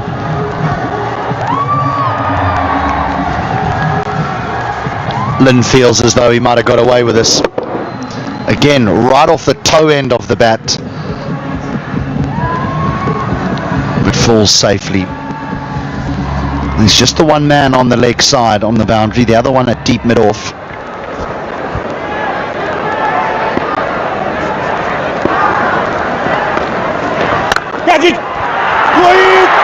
Oh, he's put it down. That was tough, but at this level should be taken. The skipper there, the guilty party. Oh geez, by his own standards should be a very easy catch. Turn again, good over this, should have had his man. 4 done, 26 for 1.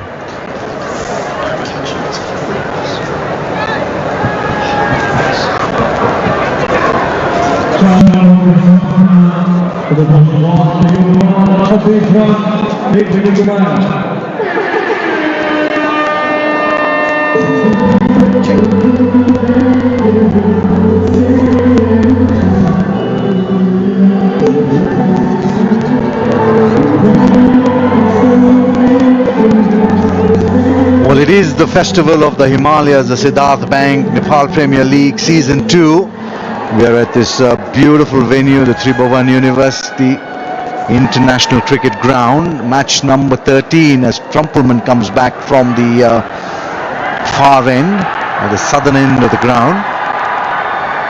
None for 9 of his first over. Good get Binod Bandari. And take the single. That's good running. Let's drop the ball and run. Fielding has been decent. The catching has been really wanting.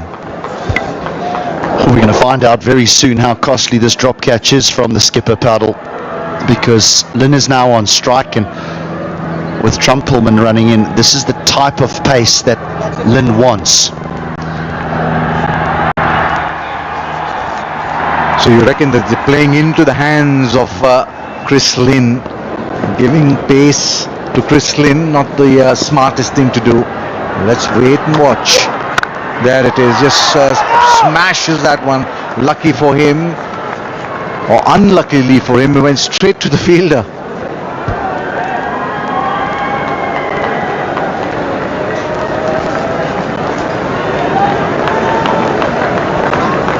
Long on and deep square leg, the 2 fielders out. So anything outside their off stump with a little bit of width is going to go for runs. There we are, the 3 fielders inside the circle on the offside. Oh, that's beautifully struck.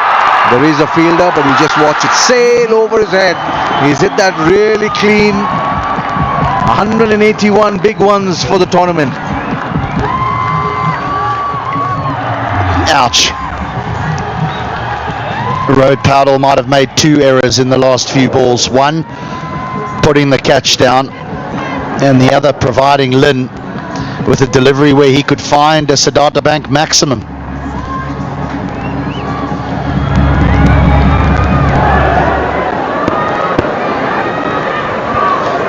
We've been saying time and again that pace off the ball is the way to go. There's enough pace on this pitch for Chris Lynn to enjoy himself. There he goes again. That's gone all the way as well. Back-to-back 6s for Chris Lynn, and now he'll be feeling a lot better. His strike rate now 123. It was really low, but now it's going up slowly but surely. He won't stop here. He might provide another opportunity for the Lions, but if he doesn't, it'll be an early finish, because this is the way that Lynn plays.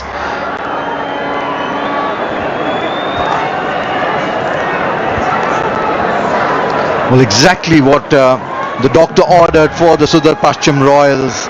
Pace on the ball, Chris Lynn on strike.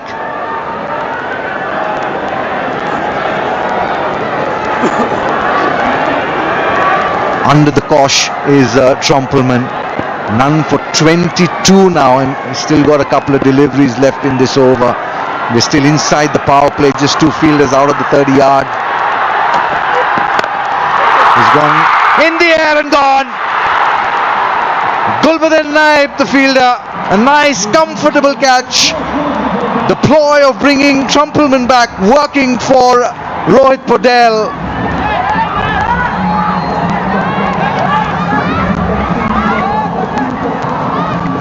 Always going to be a winner.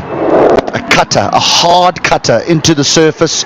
It just holds, and so Lynn's not able to find the sweet spot of the bat. He started to get going, Chris Lynn. He goes for 16. It's 39 for 2.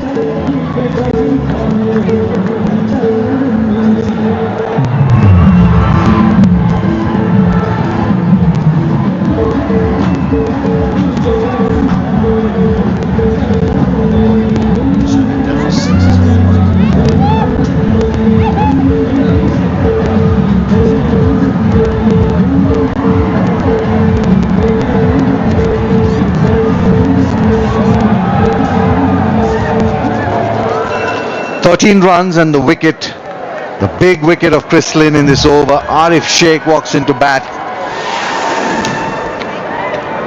His 13th match, 121 runs, so he's got the opportunity to come out there and express himself, take the team over that target of 143.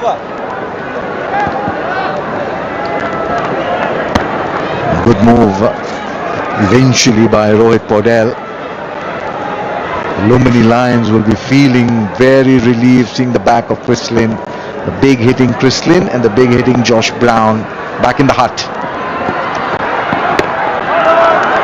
Nice end to the over.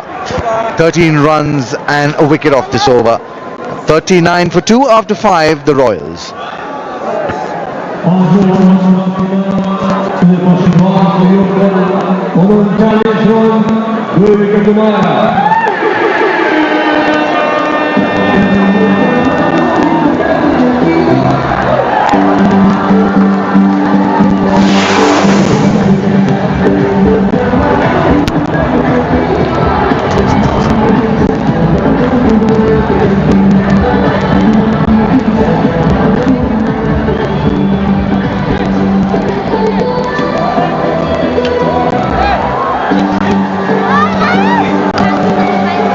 For 2 after 5, games in the balance. A wicket of Lynn in the last over has added new life here in the defense of 143 for the Lions. Abhishesh Gautam has been brilliant with the ball. He's got that ball to turn square, did trouble Chris Lynn a lot. And so nice to see this boy standing up to the demands and pressures very early in the power play and has responded to his captain's call. Binod Bhandari's look good. He's been a bit more aggressive this morning. Yes, turning square. It's the right time to say hello and good afternoon to Andrew Leonard as well. Oh, turning them square. That's all I did during my career. When they landed. They didn't land too often was the problem. Too many full tosses. I think this could build into an interesting game from here. Royals not necessarily going to have it all their own way, because that was a big dismissal of Chris Lynn. Credit to Ruben Trumpelman. There'll have been a few mental scars there after what Karen KC did to him the other day, and well done Gulbadan Naib. Big catch, that one. It's brought the game to life.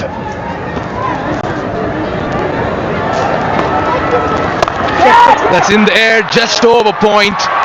It was deliberate and he does well to clear the infield, and he'll fetch a 4, Binod Bhandari. He's been playing a very measured game this afternoon, but he's taking his chances, and they're calculated risks which are working. Mikhail, I thought this was out off the bats, and I'm not sure it's the greatest piece of anticipation from Gulbari Naib. See if you can see, just see him here. As soon as you see that short, you've got to fall and drop back. It's only going to be an aggressive stroke coming towards you. He's not going to drop it and run. But Naib didn't anticipate, he just got caught flat-footed, and it's gone maybe, a yard over his head. Yeah, and after that kind of hit, the ball also has that overspin, which will just go further up as well. Anticipation is the most criminally underrated part of fielding that we have, and it's something you can't judge. Only good coaches will see it, and I don't think Naib was at his best there. Good arm ball this time. Impressive young cricketer, isn't he, Abhishesh Gautam? And after the 5-wicket haul yesterday for Ranjit Kumar, yet another left-arm spinner, domestically bred left-arm spinner, making hay whilst the sun is shining here. Yes, from the uncapped players, oh yes and no. He'll get there in time, Arif. Another tidy over by Abhishesh Gautam. How impressive has he been this afternoon? 44 for 2.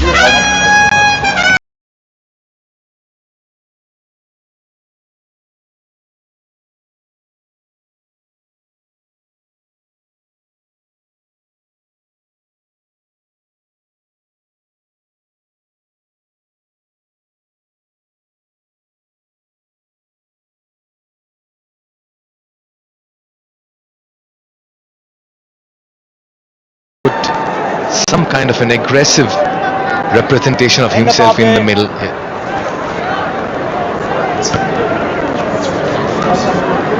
Spoke about the left-arm spinners. Many uncapped left-arm spinners walked away with Player of the Match awards through Season 1 and Season 2 of the NPL. Andrew, that's such a great sign. Big moment this, Thomas Straka's first ever bowl in the Nepal Premier League. He has some great numbers for Italy. I was just having a look at his profile. 25-year-old. Very tall and lanky. Studying in Exeter University in England, studying a marketing degree there.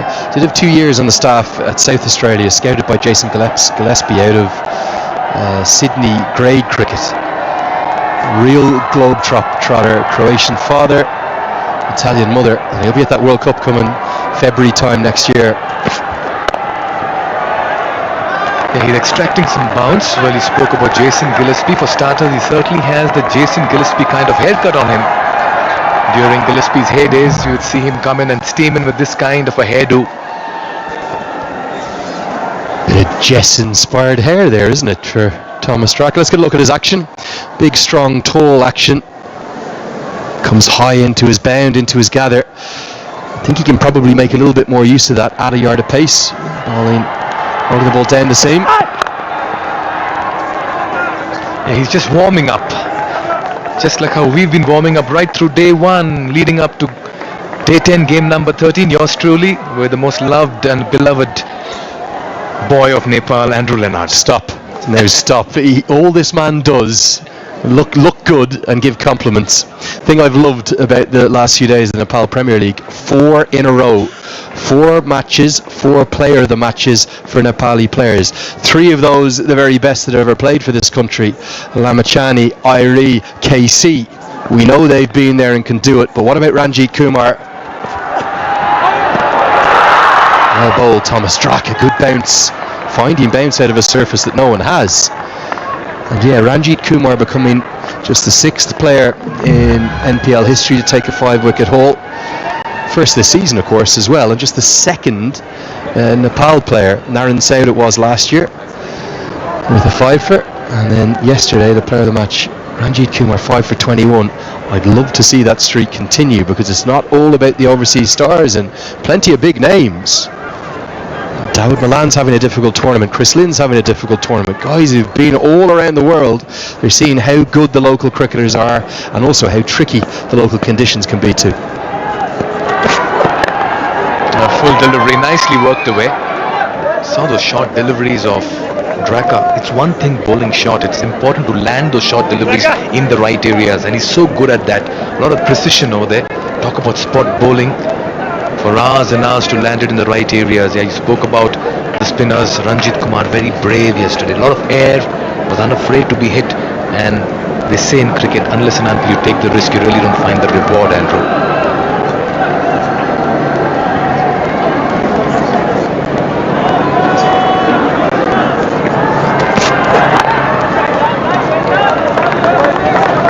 Good start here for Draka in his NPL debut, concedes only 3 in his first over.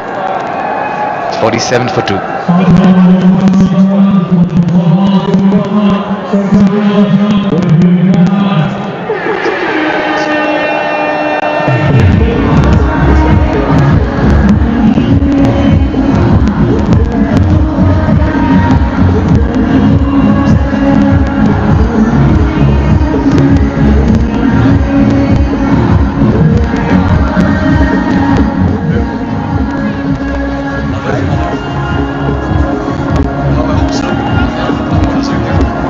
Yeah, quick reminder to all our fans as well. Mighty AC will reward one of the most energetic fan with the brand new AC as the coolest fan of the day. Yeah, it's a tough choice, hard pick, I'll tell you what. Hope those air conditioners go hot and cold because it's getting a bit chilly here in the winter, isn't it? As we head into it. Darcy Short thought he's had his moments, but not been overly consistent yet for the Lions. When he gets it right with his left arm wrist spin, he's a joy to watch, I'll tell you. Has a really good googly. So the googly, remember, will turn away from the right-hander. His regulation delivery. Have you found the field and the deep? Not really, just falls short. For a moment I thought that fielder was entrusted, but it certainly landed well and truly ahead of him. But that should have gone at least for a 4. Then his regulation delivery will turn into the right-handers. So we'll see him bowl quite a lot of googlies here. That's why he's difficult to pick. It's an old-fashioned loosener, that first ball. Lovely delivery. That's the channel you want to stick to. Yeah, he's got the starts with the bat. He's a very, very good bowler as well on his day. Could this be Darcy Short's moment of truth with the ball? Yeah, talk about the wrong one, Andrew. Not picking from the hand. It's not been picked. Arif Sheikh has not picked that. And I know that this next comment I'm going to make, you might listen to it and say that doesn't make any sense. He's bowling left arm wrist spin here. Googly again. Sheikh's not picking it. He's just played the sweep because he doesn't know which way it's turning. Because there are so few left arm wrist spinners, because generally if you're left-handed, the coach will say to you, bowl left arm orthodox because you're turning it away from the right-handers then. But because there's so few of them, batters tend to pick them worse than they do pick right arm leg spin. These two batters have no idea which way it's turning right now. And you might say, well, hold on, what's the difference between a left arm wrist spinner and a right arm wrist spinner? In theory, nothing. But purely because you see so few of the left arm wrist spinners, you're not accustomed as to where the release points are, where the leg break comes out of, it'll turn into you, and then the googly that they're not picking at all. Now I know what happened when you landed the ball, Andrew. Well, 3 runs in the last over, 3 runs in this. They're putting on the squeeze over here, the Lumbini Lions. 50 coming up in the 8th over for the loss of 2 wickets.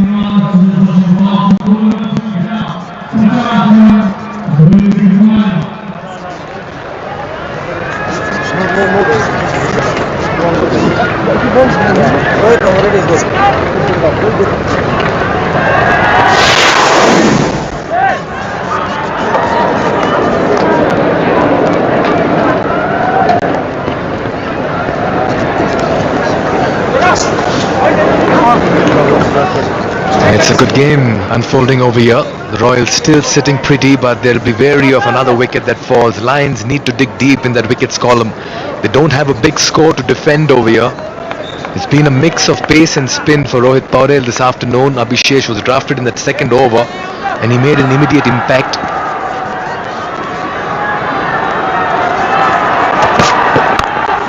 Raka has begun well, bowling in the right channels. Yes, we believe Jess has someone special with her. Just the right time to head across to the sidelines. I'm joined here by Tech Rawat. Tech, the team have had a very good start so far with the bat. What do you make of it? It's nice going. We want to keep winning moment till the tournament. So keep going, guys. Excellent. How have you found it personally as a player stepping onto the field so far? I want to play more games, but unfortunately, my senior players are there, so it's my turn will come. Of course. And now I've heard that you play under the same captain, Dipendra Singh area in your local club. What's it like now coming here and playing at the MPL with him? It's a huge opportunity to play under Dipendra Singh guy, and he's a very famous guy in Nepal, and I also followed him. He's my favorite cricketer in Nepal, so he's a very good guy, and I want to play more games with him. Excellent. And now let's finish finally on, are you confident in the team chasing this score down? Yes, we will chase down in 18 overs.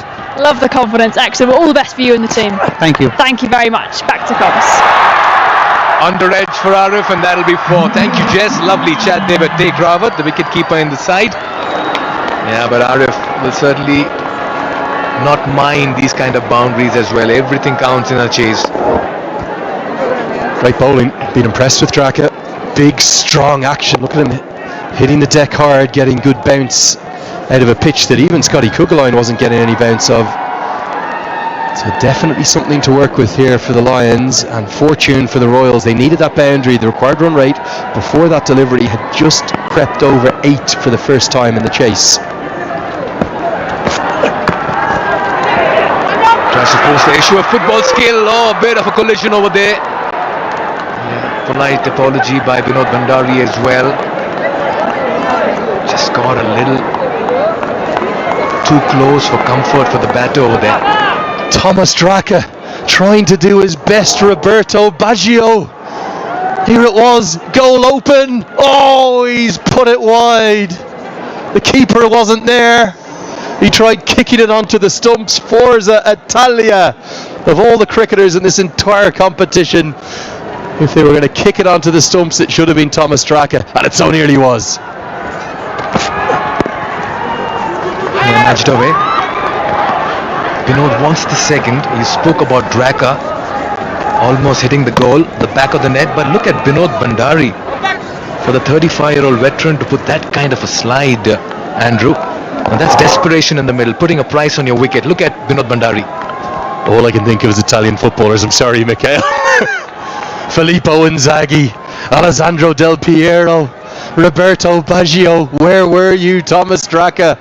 Mamma mia! Here, Italy. Well, they're off to the Cricket World Cup. I don't think they've qualified for the Football World Cup yet. I think they've got to go through the playoffs. Come on, where's the footballing pedigree? Glided away beautifully. This cover will only get a single. Another decent over here for the chasing side. 8 runs coming off at 58 for 2.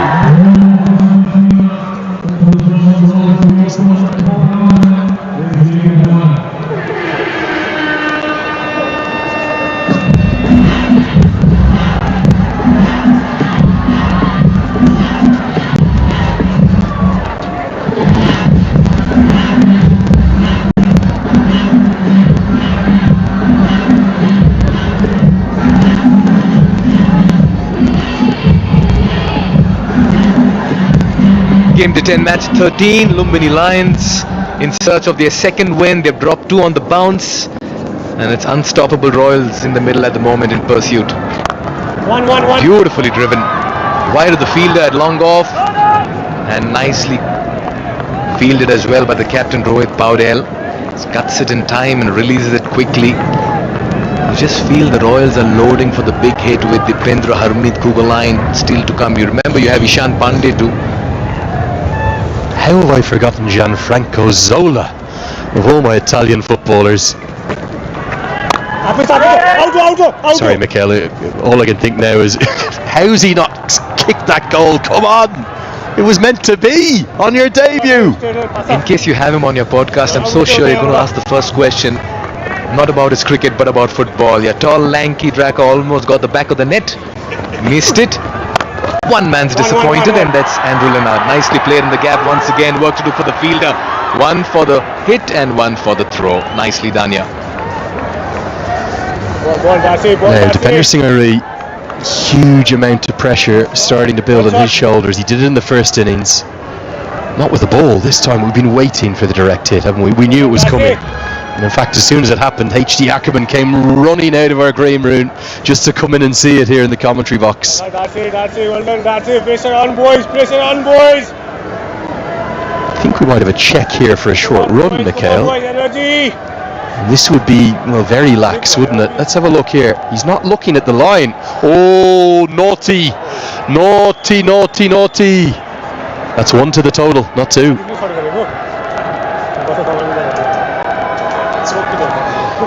Great sighter by Durganath Subedi as well. So aware to see where the batter was actually plonking his bat. Sometimes even umpires can see the play happening, but that's one short run, and that's very ordinary cricket there. It's also my favourite signal in the umpiring playbook. Tap your own shoulder. One short. Very naughty, Arif Sheikh. One, easy one. Hey, speaking about Irie, has some work to do as well, but in the field early in the day he was a spark. He is a freak. Is there a more glorious thing in world cricket than watching this? Oh, it's just so good. And Trumpelman should know better. I think he's played 15 or 16 times against Nepal. Maybe a wide, the googly turning too much. The brilliance of it, Mikhail, is the speed to the ball and the quickness of the release. Nobody else in the world does it like this man in terms of creating and then implementing run-out opportunities. Yeah, you've got to attack the ball inside the 30-yard circle, they say. Irie, as you rightly pointed out, he's so quick to attack, release, and sometimes off balance in the air, parallel, he still releases the ball to perfection. And there, the calm demeanor, a picture of focus and concentration, just preparing himself for the challenge ahead when he comes out to bat. One.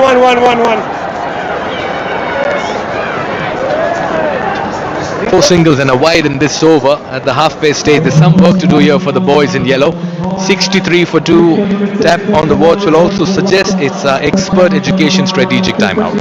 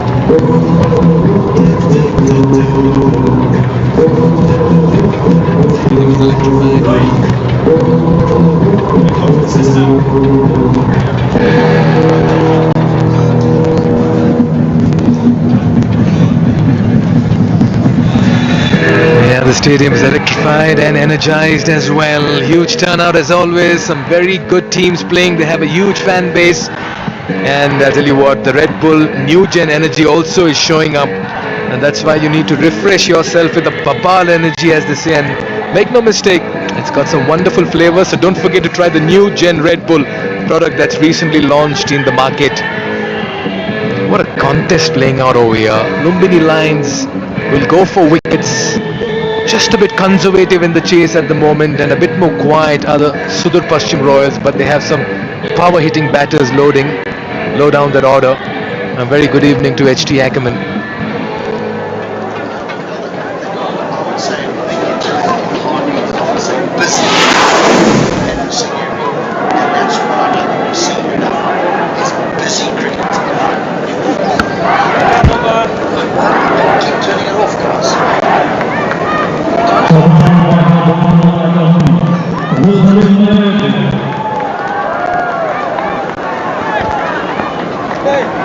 Kulbadin Neb missed out with the bat today, took a good catch of Chris Lynn at mid-on. Will his pace be easy on the bat here for the batters? Driven. That's firmly struck. And that's in the gap. And what a start and welcome here for Neb as well from the bat of Arif. Long half volley. Long half volley. This just asks to get hit. Still got to put it away. Arif now at a runner ball. Binod at a less than a runner ball.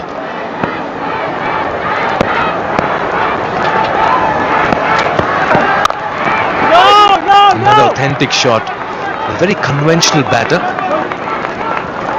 Tailor-made for maybe the ODI format, but Arif Sheikh has found his own in the T20 as well.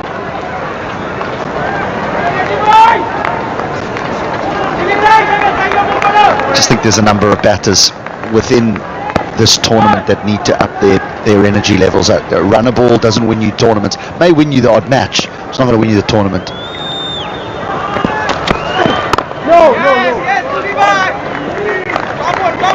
We'll see some good shots for 4.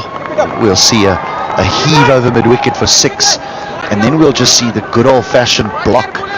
Now there's a guy coming in here, Dipendra Singh Airy. He'll walk to the wicket. And yes, there'll be the occasional dot ball bowled to him, but he's always looking for a run.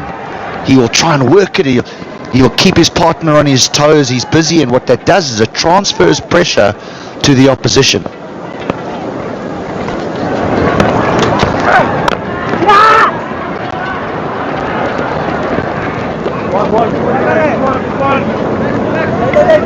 What I mean by transfer of pressure is then suddenly the inner ring creep in off that 30-yard circle, and they feel as though, hang on, we need to get a bit tight here because he's stealing singles, and then whap, he hits it past you, and he's got 2 or 4. You've got to try and toy with the fielders. He's preparing himself. He's trying to break the shackles of Binod Bhandari. Last evening, while we were commentating, when Ravi Bopara was batting HT, you said there are many ways to skin the cat. And that was a very nice point you made. Is Dipendra Singh Airy made of the similar kind of mold that Bopara is, or is still to get there? I mean, a different type of cricket. I think Airy he'll run you ragged. You know, he turns 1s into 2s, 2s into 3s. He can even run a 4 on a small ground. That's how quick he is.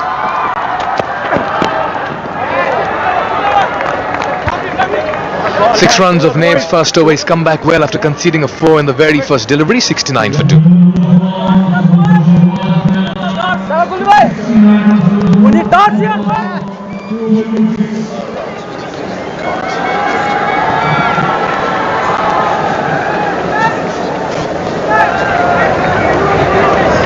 Go on, Darcy.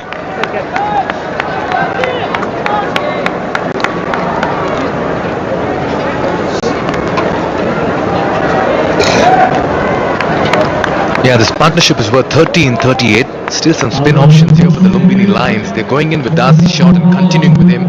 This Tilak Raj Bhandari, the leg spinner, whom I feel may play a very important role for the way Abhishek Gautam began in his first 3, getting the ball to turn square. Got to believe spin is the way forward here. And I think that Darcy Short can spin the ball. The only problem is when he makes an error, he makes it on the full side, which could play in the Royals' favour. If he lands it in a good area, he'll be a handful. Yeah, but they've not been able to pick his wrong one this evening. He's got stuck underneath this one, and that's right out of the screws as well into the cow corner region. Binod Bhandari has been extremely good today in targeting and picking his spots, and yet again he takes full toll on this one.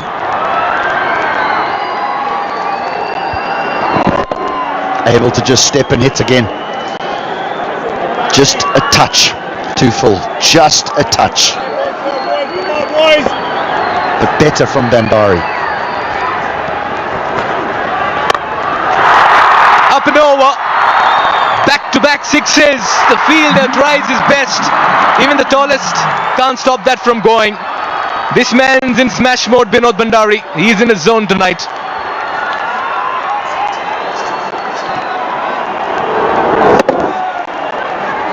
Miss hit 63 metres down the ground. For a moment, Short thought he was in the game. Now the damage is done. Now this is where you want to be like Ravi Bopara. Now you want to be smart. A lot of thinking here for Rohit Paudel. Stationed at long off, had a quick sprint to the bowler. Darcy shot, exchanged a few words.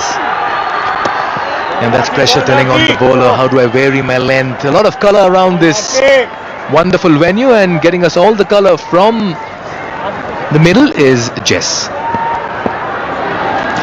That's right, I'm here in the crowd, right in the middle of all of the action, as you can tell by the noise surrounded me. Now I'm here with some very big Sudhurpaschim Royals fans, and I'll come to you guys first. Guys, how big of fans are you of the Royals? Such a great feeling watching cricket live here. I'm originally from Sudhurpaschim as well, so that's my home team for sure, and it's a great feeling. Like, we are just supporting our team from last year. Actually, the final was harsh, but we are consistent throughout the tournament last year too, and this tournament we are here to lift the trophy for sure. I love the energy. And coming to you, sir, with the flag, who are your some of favourite players in the team? Sudhurpaschim Royals. Yeah. Dipendra Singh Ari. Singh Ari, got to go with the captain. Excellent. And now for yourself, you were telling me you've been a fan of this team for years now. How did that come about for you? It was a great feeling. Like, this is the second time that we are here as the Sudhurpaschim Royals, but I have been watching Ari, I have been watching Binod Bhandari since, I'm going to say Binod Bhandari since like 7-8 years, and absolutely there is no doubt we are going to lift the trophy this year with that kind of juice we are here for. And the favorite player, if you ask me about that, I'm going to say Ari for now, because the way he bats, the way he bowls, last game was epic. That was epic. And so far, yeah, so we're enjoying it. I love how you've answered my questions for me. Love to hear your favourite players. And coming back to you guys then, how do you see the team playing for the rest of the comp? Are they going to go on and win every game? Sorry? Very, very noisy here with this crowd. But do you think the team are going to win every game going forward? Yeah, for sure. The players are in such a great rhythm. They're looking fit and fine. They're giving their 100% off the field and on the field. And we are just here to support them in every game. So with this energy and with a fan like us, as they're gonna win for sure. Excellent, I love the attitude. Now, of course, these players out of the field are hitting sixes all around the park.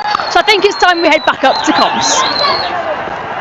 Well, thank you, Jess. Reason enough for the fans to believe they'll go the distance in this competition. That's because once again in this chase they're looking good. The Sudhurpaschim Royals, they're looking good to make it 4-4. Binod Bhandari has batted extremely well. Yeah, they just put the foot down, didn't they? Beginning of the Darcy Short over back-to-back sixes.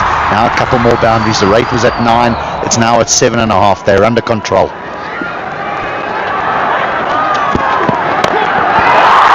He's tried to go over the infield over here. Does well to just clear mid-off.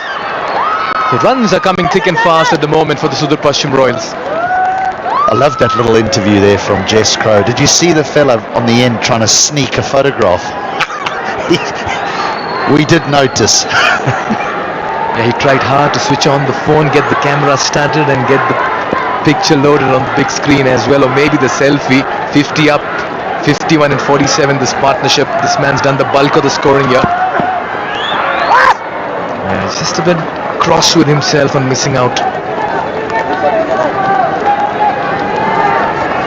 Played a couple of big innings last season. Was conservative to start off with. Many thought he's just a bit slow, but Binod Bhandari certainly knows his role in the side. HD. Well, it's okay if you do this type of acceleration, then it looks all right. But if you get out when you're at a runner ball, you almost do your team a disservice. But it's all about ifs and buts, right, when you look at sport.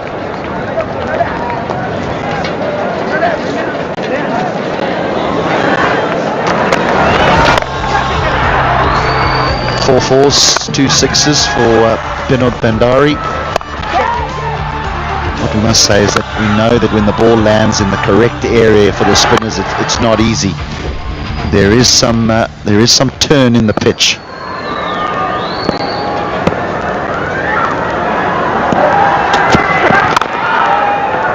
Yeah, if I'm Rohit Paudel right now, I'm worried. I'm really worried because the chase is going the Royals' way. 13 gone, 91.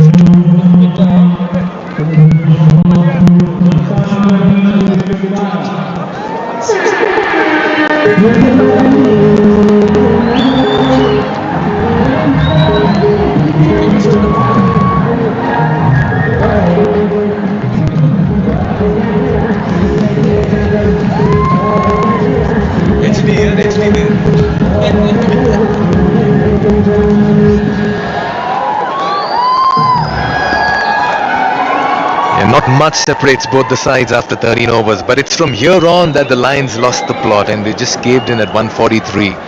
And this is where the Royals will need to just be smart and very clear with the approach, and they'll get home. You're talking about ifs and buts. Well, that's exactly that. If you're the coach, you sit down with that number and you say, right, fellas, what were we looking at from this point? Were we thinking we needed 200 here? We just needed to be a little bit smarter, and then we would have set them 160, 165.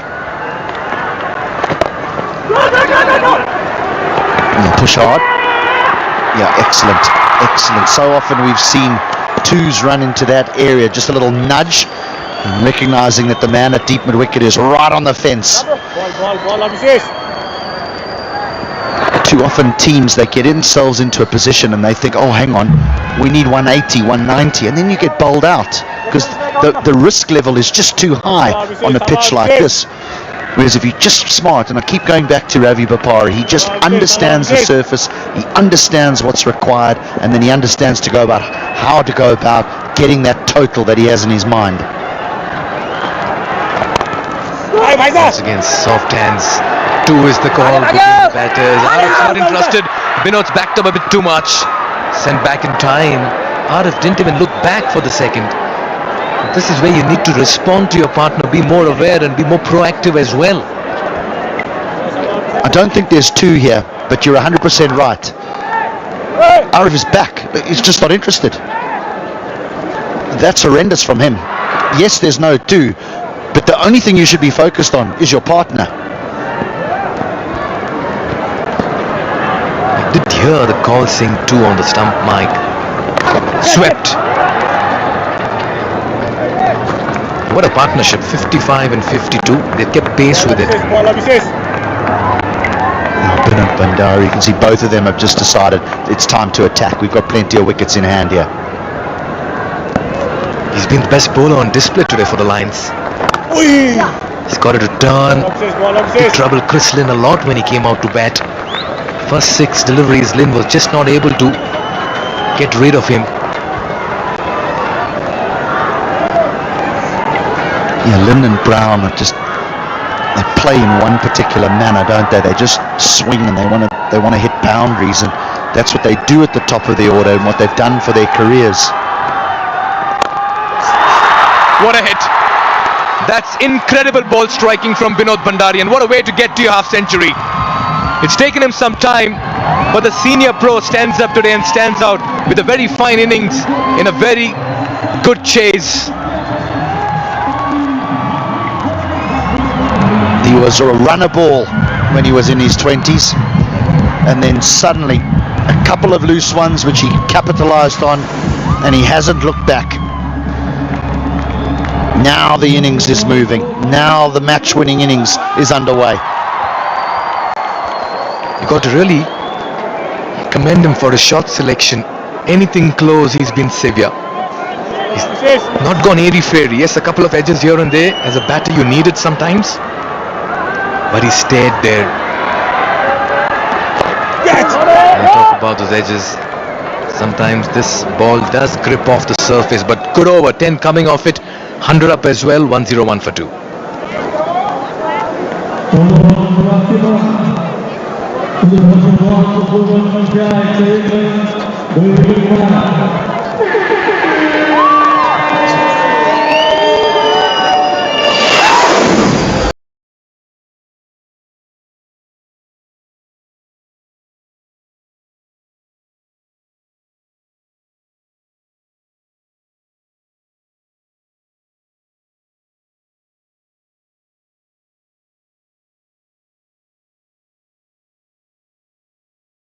Yeah, the top orders look good here. Vinod Bhandari holding one end, gets to his first 50 in NPL season 2, got 40 odd in the last game.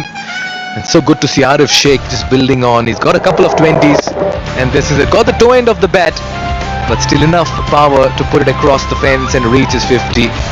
What a fine batter he's been for Nepal cricket and for the Royals. Trusted ally of Dipendra Singh Airi.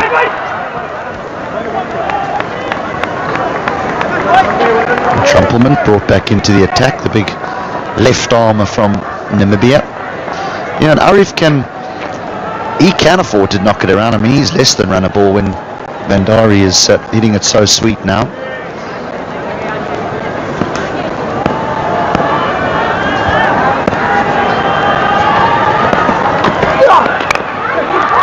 Yeah, that's over the infield. Work to do for the fielders. Third man coming around. Yeah, they'll get a couple of runs. I understand, HD. You have your bowlers in Trumpelman and Draka, but Malla did go for runs in that first over. But after that, he's not got a chance to bowl. You have Tilakraj Bhandari, the leg spinner. He's not been given a go. When you've seen spin make an impact, you feel Paudel may have lost the plot over here. Unless it's Trumpelman to bowl hard cutters into the pitch.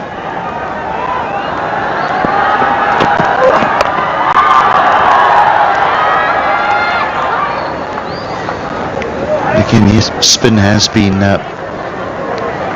the favoured choice, and there's no doubt that when bowled in the correct place, it's extremely difficult to play against. We've even seen Bhandari, who's played so well, find leading edges when trying to just knock it away on the leg side and the ball spinning away. But spinners can also make errors. You think of Short there, who'd bowled well, and then that third over he just floated those two up too full and they were punished. In fact, Abhishek got them 17 dots in his 4 overs. Nicely struck. He's looked a batter and a half this afternoon, Vinod Bhandari. You can also argue, I mean, Thomas Draka's bowled 2 overs and gone for just 10, so it's just those that, you know, with your seamers you want to be at the stumps. You don't want to leave the stumps, because batters feel anything away from the stumps, that's width for them. Anything that's away from the stumps, they'll just clear that left leg and swing through what they perceive as the line. So you want to be at the stumps, back of a length. This is too full, maybe just going down leg. Ambitious appeal by Trumpelman. Yeah, either you have it right underneath the bat or that in-between length, what HD is referring to. The angle's never in his favour here. Always drifting down the leg side. The appeal is because Trumpelman thinks it's full enough that it might just be clipping the leg stump. And that's a good decision. Only because he's coming around the wicket that went against him. Soft hands, quick single. Bhandari will keep strike. 6 runs off this over. They are on course for this chase, the Royals. They need 37 and 30. You're done with over number 15. It's 107 for 2.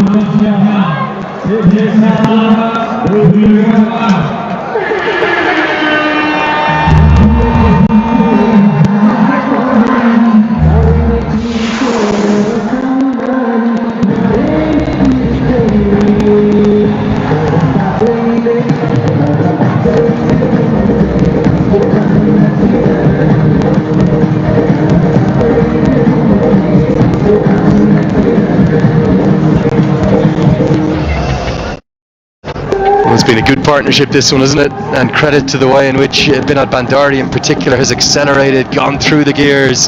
He just loves playing at this ground. He loves playing in the yellow of Sudhurpaschim. He loves opening the batting and keeping wicket. There's been some really interesting bowling choices, I have to say. We did hear Mikhail Vaswani there talking about the lack of leg spin, and I'd have to agree with him. What is Tilakraj Bandari doing in the team if he's not bowling?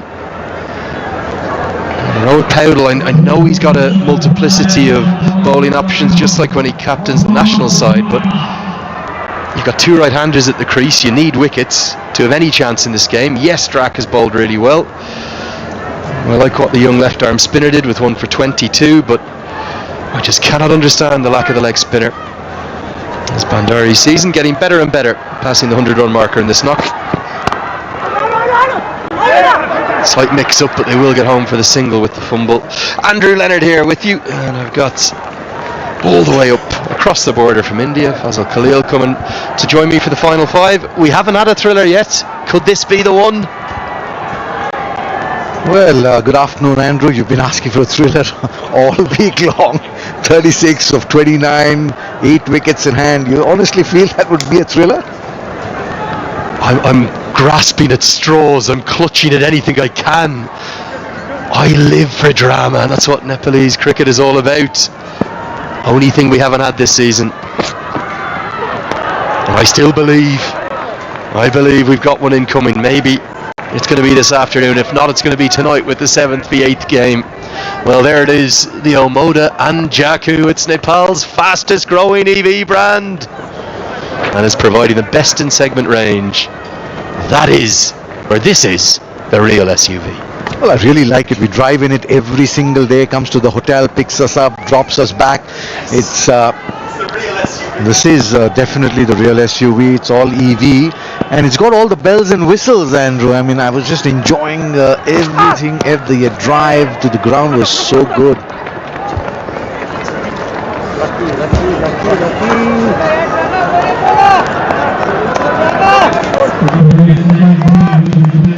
Drac has bowled really well. No, he's wicketless thus far, but you can see why he's in the Italian team. You can see why Kevin O'Brien talks so highly of him. Looks a good bowler, doesn't he? Good strong action, comes in and hits the pitch. Nobody's got bounce like he has today, and he's being very difficult to get away.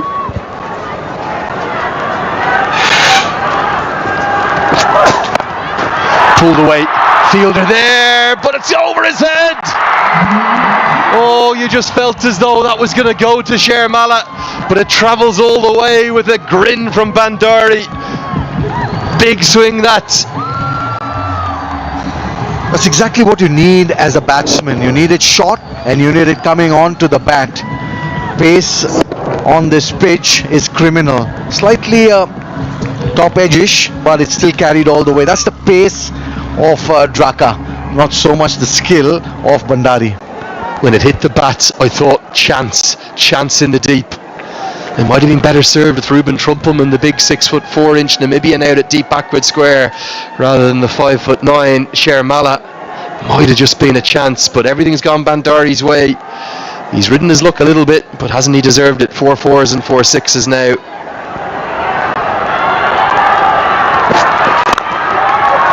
Good skills, goes to the block hole this time. Good cricketer to watch, isn't he, Binod Bandari? Now, up here in the HP lubricant commentary camera, the sun is streaming in. I've got one request for you, Nepal Premier League players. I know you're watching these games at home. We've had brilliant skills and individual performances. We want some drama. We want thrillers. We want final over finishes. We're not short of drama when you're in the commentary box. We enjoy all the drama, and I'm certainly enjoying my stints with you. It's so informative, and you just bring out so much of data. Nepal cricketers all over. Someone like Draka, Croatian dad, and mum. You said from where? Italian mum. Wow, Andrew Leonard. He's an encyclopedia, and a very exciting time in Nepal cricket that he's a part of them. End of the over, 16 done, 117 for 2.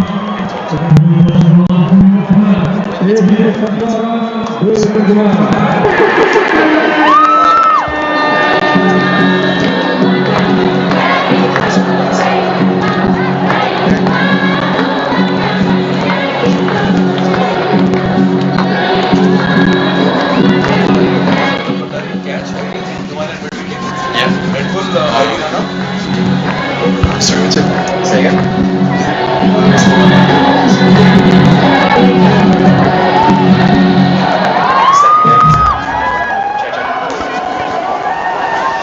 Well, 27 to win off 24. I am grasping at straws.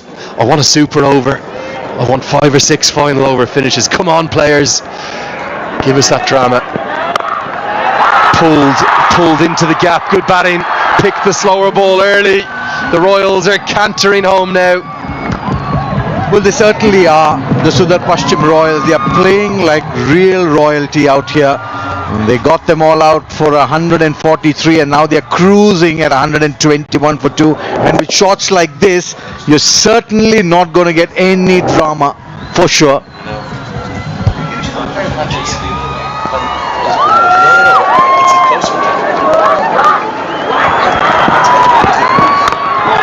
Pulled again.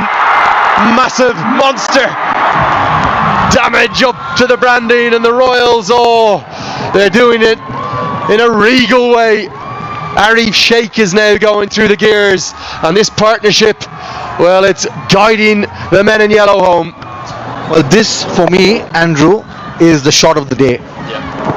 He swiveled nicely back, got it in the middle of the bat, and it's gone at least about 80 yards. Brilliant hit this. 17 now from 22. Well, we were a bit critical of this partnership, weren't we, 10 overs ago, saying it was getting the Royals in trouble. But they've actually shown the template as to how to bat here. You reckon this is the shot of the day? Well, absolutely. Take a look at that. It was really correct from a technical point of view. It was pitch short. He came nicely inside the line of the ball and really gave it that whack. And when you hit the ball near mid-wicket, that means you're picking the ball really early, and that's a hallmark of a very good player. The ball too much pace for me.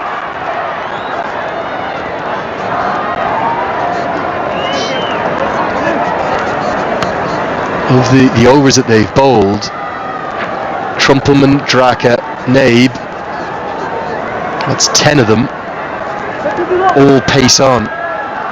Yes, the left-arm spinner has bowled his allocation, 17 dots out of 24, 1 for 20 for that young left-arm spinner, Abhishek.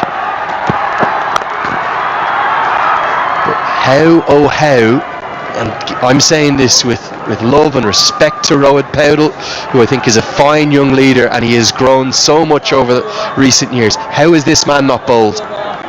It's frankly, I cannot get my head around it. Well, neither can I. I'm just trying to wonder why a leg spinner who's a match winner, we consider leg spinners match winners, they do go for a few runs, but they certainly pick up wickets, because the rich spinner, if at all, will get turn on this pitch. End of the over, will retain strike. Binod Bandari, 131 for 2.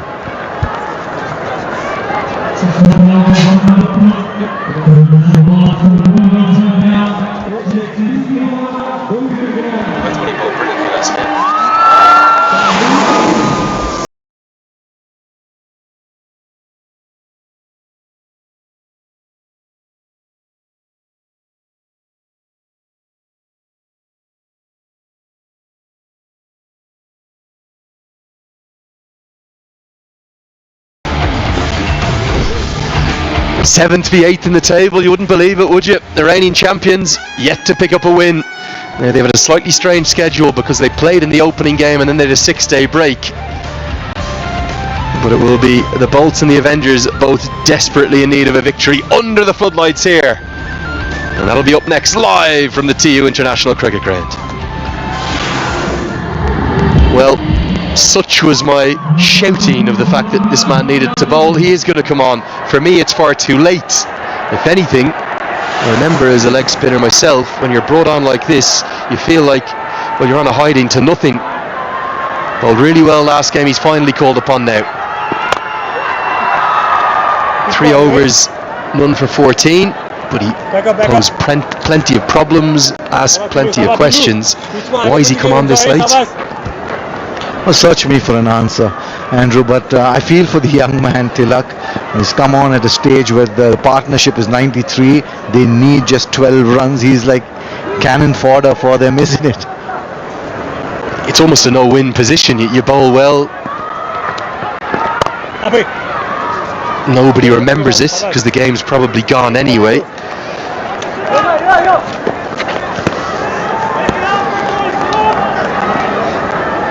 Okay, there it is, our Bajaj Pulsar with great control, confident and perfectly balanced next gen Pulsar style. That's the way to get around the city here in Kathmandu. I wonder will anyone drive to Mumbai for that T20 World Cup next year. Helped round the corner. Should just be a couple. Oh no. Well, off you go, Lions. Call it a day. The white towel's being waved. This game is done. Shocking piece of fielding. I don't think the white towel has been waved, Andrew. I think it's been thrown in the ring.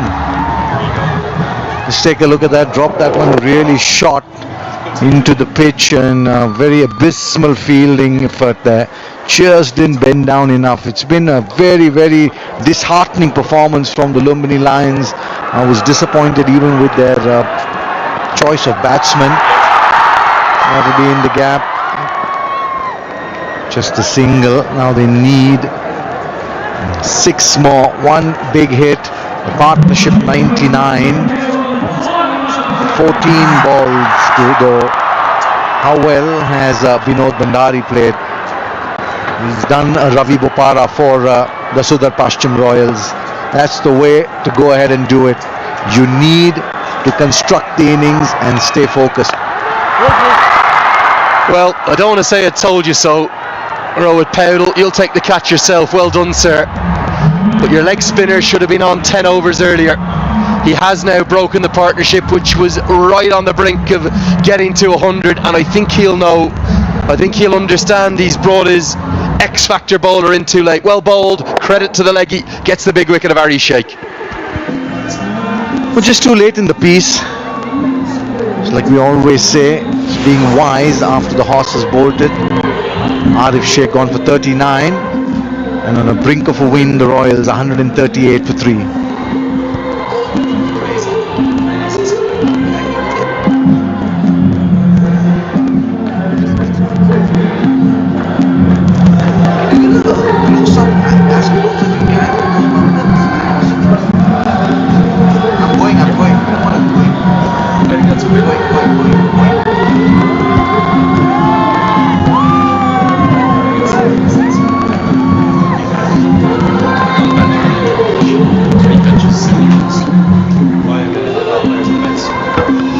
Glorious scenes from the heavens and the Himalayan range in the background. I know I tend to go on about it, but this is simply one of the most beautiful places.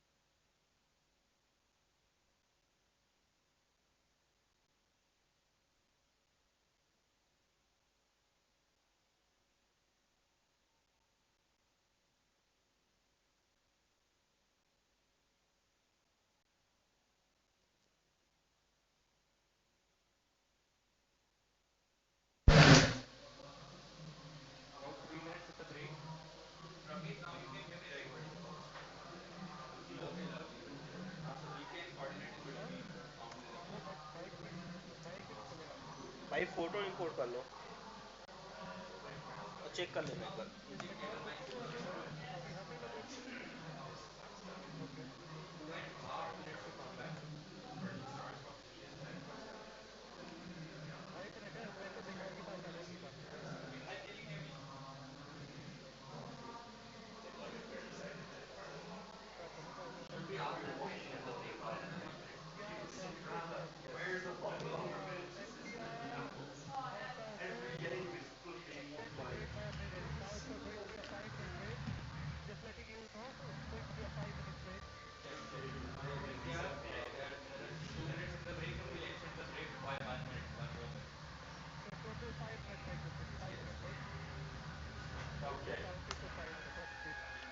Wifi मैंने आपको कब भेज दिया है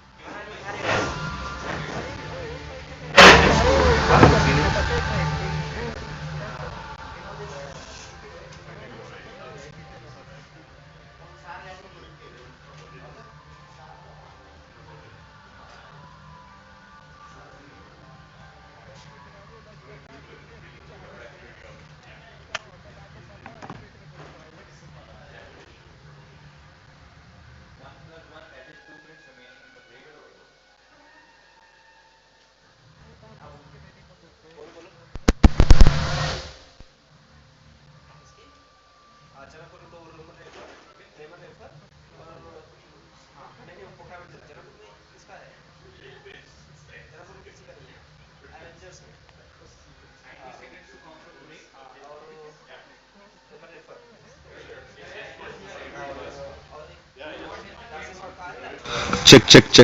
Okay. Check. Okay.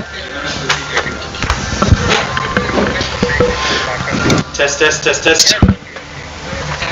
Mate, I'll just do it. It's okay. Go. Oh, this is so bad, eh? Live broadcast down. So bad. 1 minute.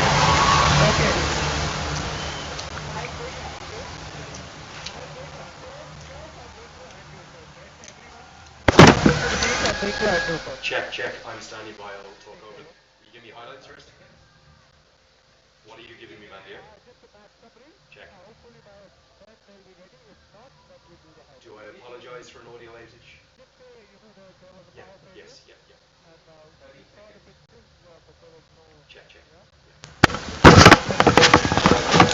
25 seconds. Very good.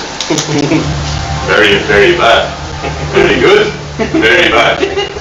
Abby, very good. Very bad.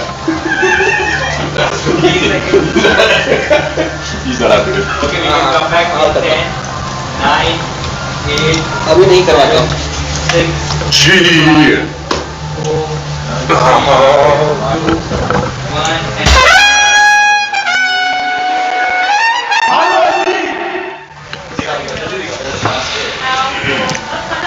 Welcome back to the Siddhartha Bank Nepal Premier League, powered by Ncell. Sincere apologies. We had a power failure with just a few deliveries left in that first match, the second innings of the first match.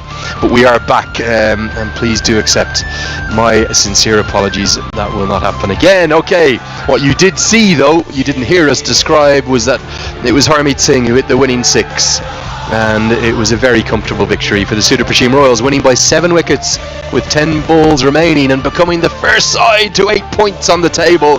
They've played 4, they've won 4, they've been perfect, much like they were for the majority of that first season. They are already thinking about a top 2 spot. And the good news is we've got Mikhail Vaswani down pitch side, who is ready for the post-match presentation. Over to you, Mikhail. A thorough performance by the Sudhurpaschim Royals now means they're right on top of the points table, and they've consolidated that stand of theirs right on top, and they're extending that gap between them and the rest of the teams as well in Season 2 of the Nepal Premier League. I'm afraid it's work to do for the Lumbini Lions because they've lost 3 on the bounce, and the climb looks a little iffy, and they don't have much time to recover and come back as well. But a 7-wicket win with 10 balls to spare, clearly auguring well for the boys in yellow. Hello and welcome to the post-match presentation of the Siddhartha Bank Nepal Premier League, powered by NCL 2025. First up, on behalf of the Siddhartha Bank Nepal Premier League and the Cricket Association of Nepal, we would like to thank all our sponsors who've thrown their weight behind this fabulous event. First up, a title sponsor, Siddhartha Bank, powered by NCL. Co-sponsors, Dafa News, Red Bull, Omoda and Jeko, and Bajaj Pulsar. Official partners, KFC Pizza Hut Presidential Graduate School, NCHL InDrive Expert Education, Mydia Air Conditioner, Xstep, Vivo, Argakanchi Cement, Happy Dent, YY Asian Paints. Medical partners, Vayoda, Nepal Medicity. Event partners, Lord of the Drinks, Ashok Leyland, Leh Power, HP Petroleum. Hospitality partners, Solti. Ticketing partner, Khalti. Hydration partner, Golden Oak. Broadcast partners, Star Sports, Kantipur Max, Dish Home Go, and Fan Code. Just the right time to introduce and welcome our presentation party this evening. To my immediate left, a very hard-working Mr. Sudeep Sharma, board member of the Cricket Association of Nepal. Wonderful to have you, Sudeep. To his left, Dr. Arun Nupane, retired Major General and presently President of Nepal Pediatric Society. Glad to have you as well, sir. Very good evening to you. To his left, Mr. Rajesh Manandhar, Consumer Product and Devices Manager, NCL. A warm welcome to you. To his left, actor Kabita Nepali, Red Bull brand endorsement partner. Nice to have you as well, Kabita. To her left, Mr. Sudarshan Adhikari, manager, Color World. And to his left, Mr. Pramod Sa, senior marketing manager, Mydia Air Conditioners. A warm welcome to each one of y'all. Right, couple of awards to be given this evening, and first up we have the Mydia Cool Fan of the Match, and I request Mr. Pramod Shah to step forward. Roshan Thapa will walk away with the Mydia Cool Fan of the Match. Come along, Roshan. You can collect your check.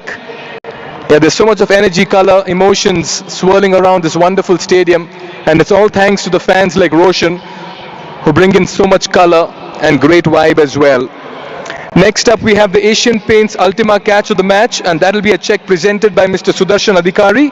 I request you to step forward, and the winner will receive a check of Nepali rupees 25,000. When it comes to catches, runouts, there's only one man who can rule the roost, Dipendra Singh Airi. As always, a flash in the field. He's a freak and a maverick, and he'll collect Nepali rupees 25,000 for the catch of Abhishesh Gautam in the deep. A nice running catch, gathered great composure to make it look very easy. Next up we have the Red Bull Energetic Player of the Match, and he'll also receive a check of Nepali rupees 25,000. And I request actor Kabita Nepali to step forward.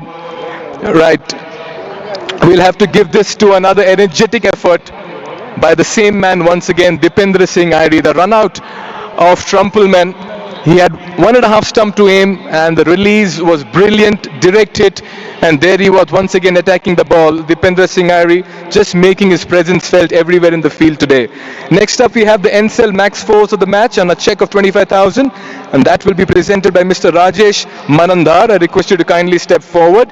With 5 fours in what was a matured innings laced with a lot of classic shots as well, Binod Bandari, if you could come and collect your check for the NCL Max Force from Rajesh Mandar. He stitched a very fine 50-plus partnership as well with Arif that actually got the team across the line. What an innings Binod Bandari played today, the senior statesman of the side. And finally now we have the Siddhartha Bank Bankable Player of the Match, and he'll be receiving a check of Nepali rupees 50,000 and a trophy as well. And to give away the check, I request Dr. Arun Nupane to kindly step forward and give the check. Once again, for an unbeaten innings of 69 and 49 deliveries with 5 fours and 4 sixes at a strike rate of 140, Binod Bandari. He's fondly known as Binod Dai, one of the most respected and revered cricketers in Nepal. And what an innings he played today, Binod. A wonderful partnership, just the way he paced his innings and constructed this chase. Well, can you also be collecting your trophy from Mr. Sudeep Sharma, board member can. He had a 40 odd in the last game, His first 50 in NPL season 2, and we have to chat with him as well. Vinod, the big half century was loading and it came at the right time. हैन अब यस्तो थियो अब जुनसुकै game पनि जित्नुपर्ने game छ अहिले यहाँ आएर हैन त्यसले गर्दा चाहिँ अब त्यो इजी चाहिँ कुनै गेममा पनि हुन सक्दैन किनकि प्लेअफ्समा अब टप 2 मा बस्नलाई सजिलो हुन्छ जस्तो लाग्छ 3 catches behind the stumps, 60 odd runs in front of the stumps. That's called a perfect outing. You'll be happy with the way this team has made it 4-4. अब दिपेन्द्रको क्याप्टनसिपमा जुन हिसाबले खेलिरहेछौँ हामीहरूले हैन योभन्दा अगाडिको फर्स्ट सिजन पनि र अहिले पनि त्यो अब कुनै केही कुरामा पनि त्यो अब सोच्नुपर्छ जस्तो लाग्दैन हैन सबै कुरा परफेक्ट छ जसरी टिम म्यानेजमेन्टबाट चलिरहेछ र भित्र प्लेयरहरूले खेलिरहेछ सबै कुरा चाहिँ चलिरहेछ राम्रो Vinod, you were fabulous today with the bat and also behind the stumps, and we really enjoyed watching you bat. You didn't bat like a 35-year-old, you batted like a 25-year-old, and you ran like a 20-year-old. Thank you. Vinod Bhandari, what a wonderful cricketer he's been, and particularly for the Sudhurpaschim Royals as well. A quick chat now with the winning captain. He's making it to the aisle, rather walking down the aisle for the 4th consecutive time. He's a happy man. When Irie is there in the middle, catch and goes to Irie.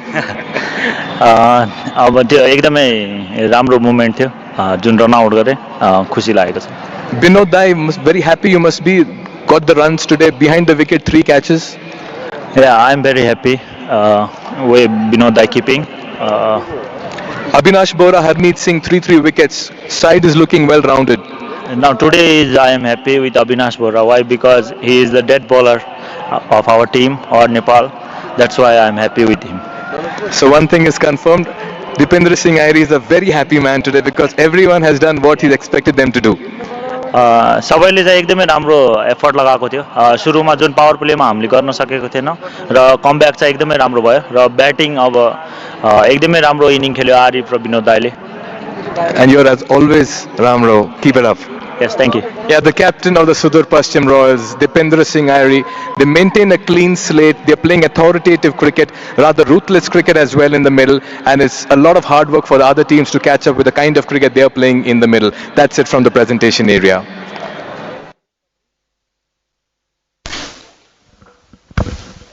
Well, there we are. Our thanks to Mikhail as always, and great to see a smiling Vinod Bhandari. What a performer, up to the 4th position.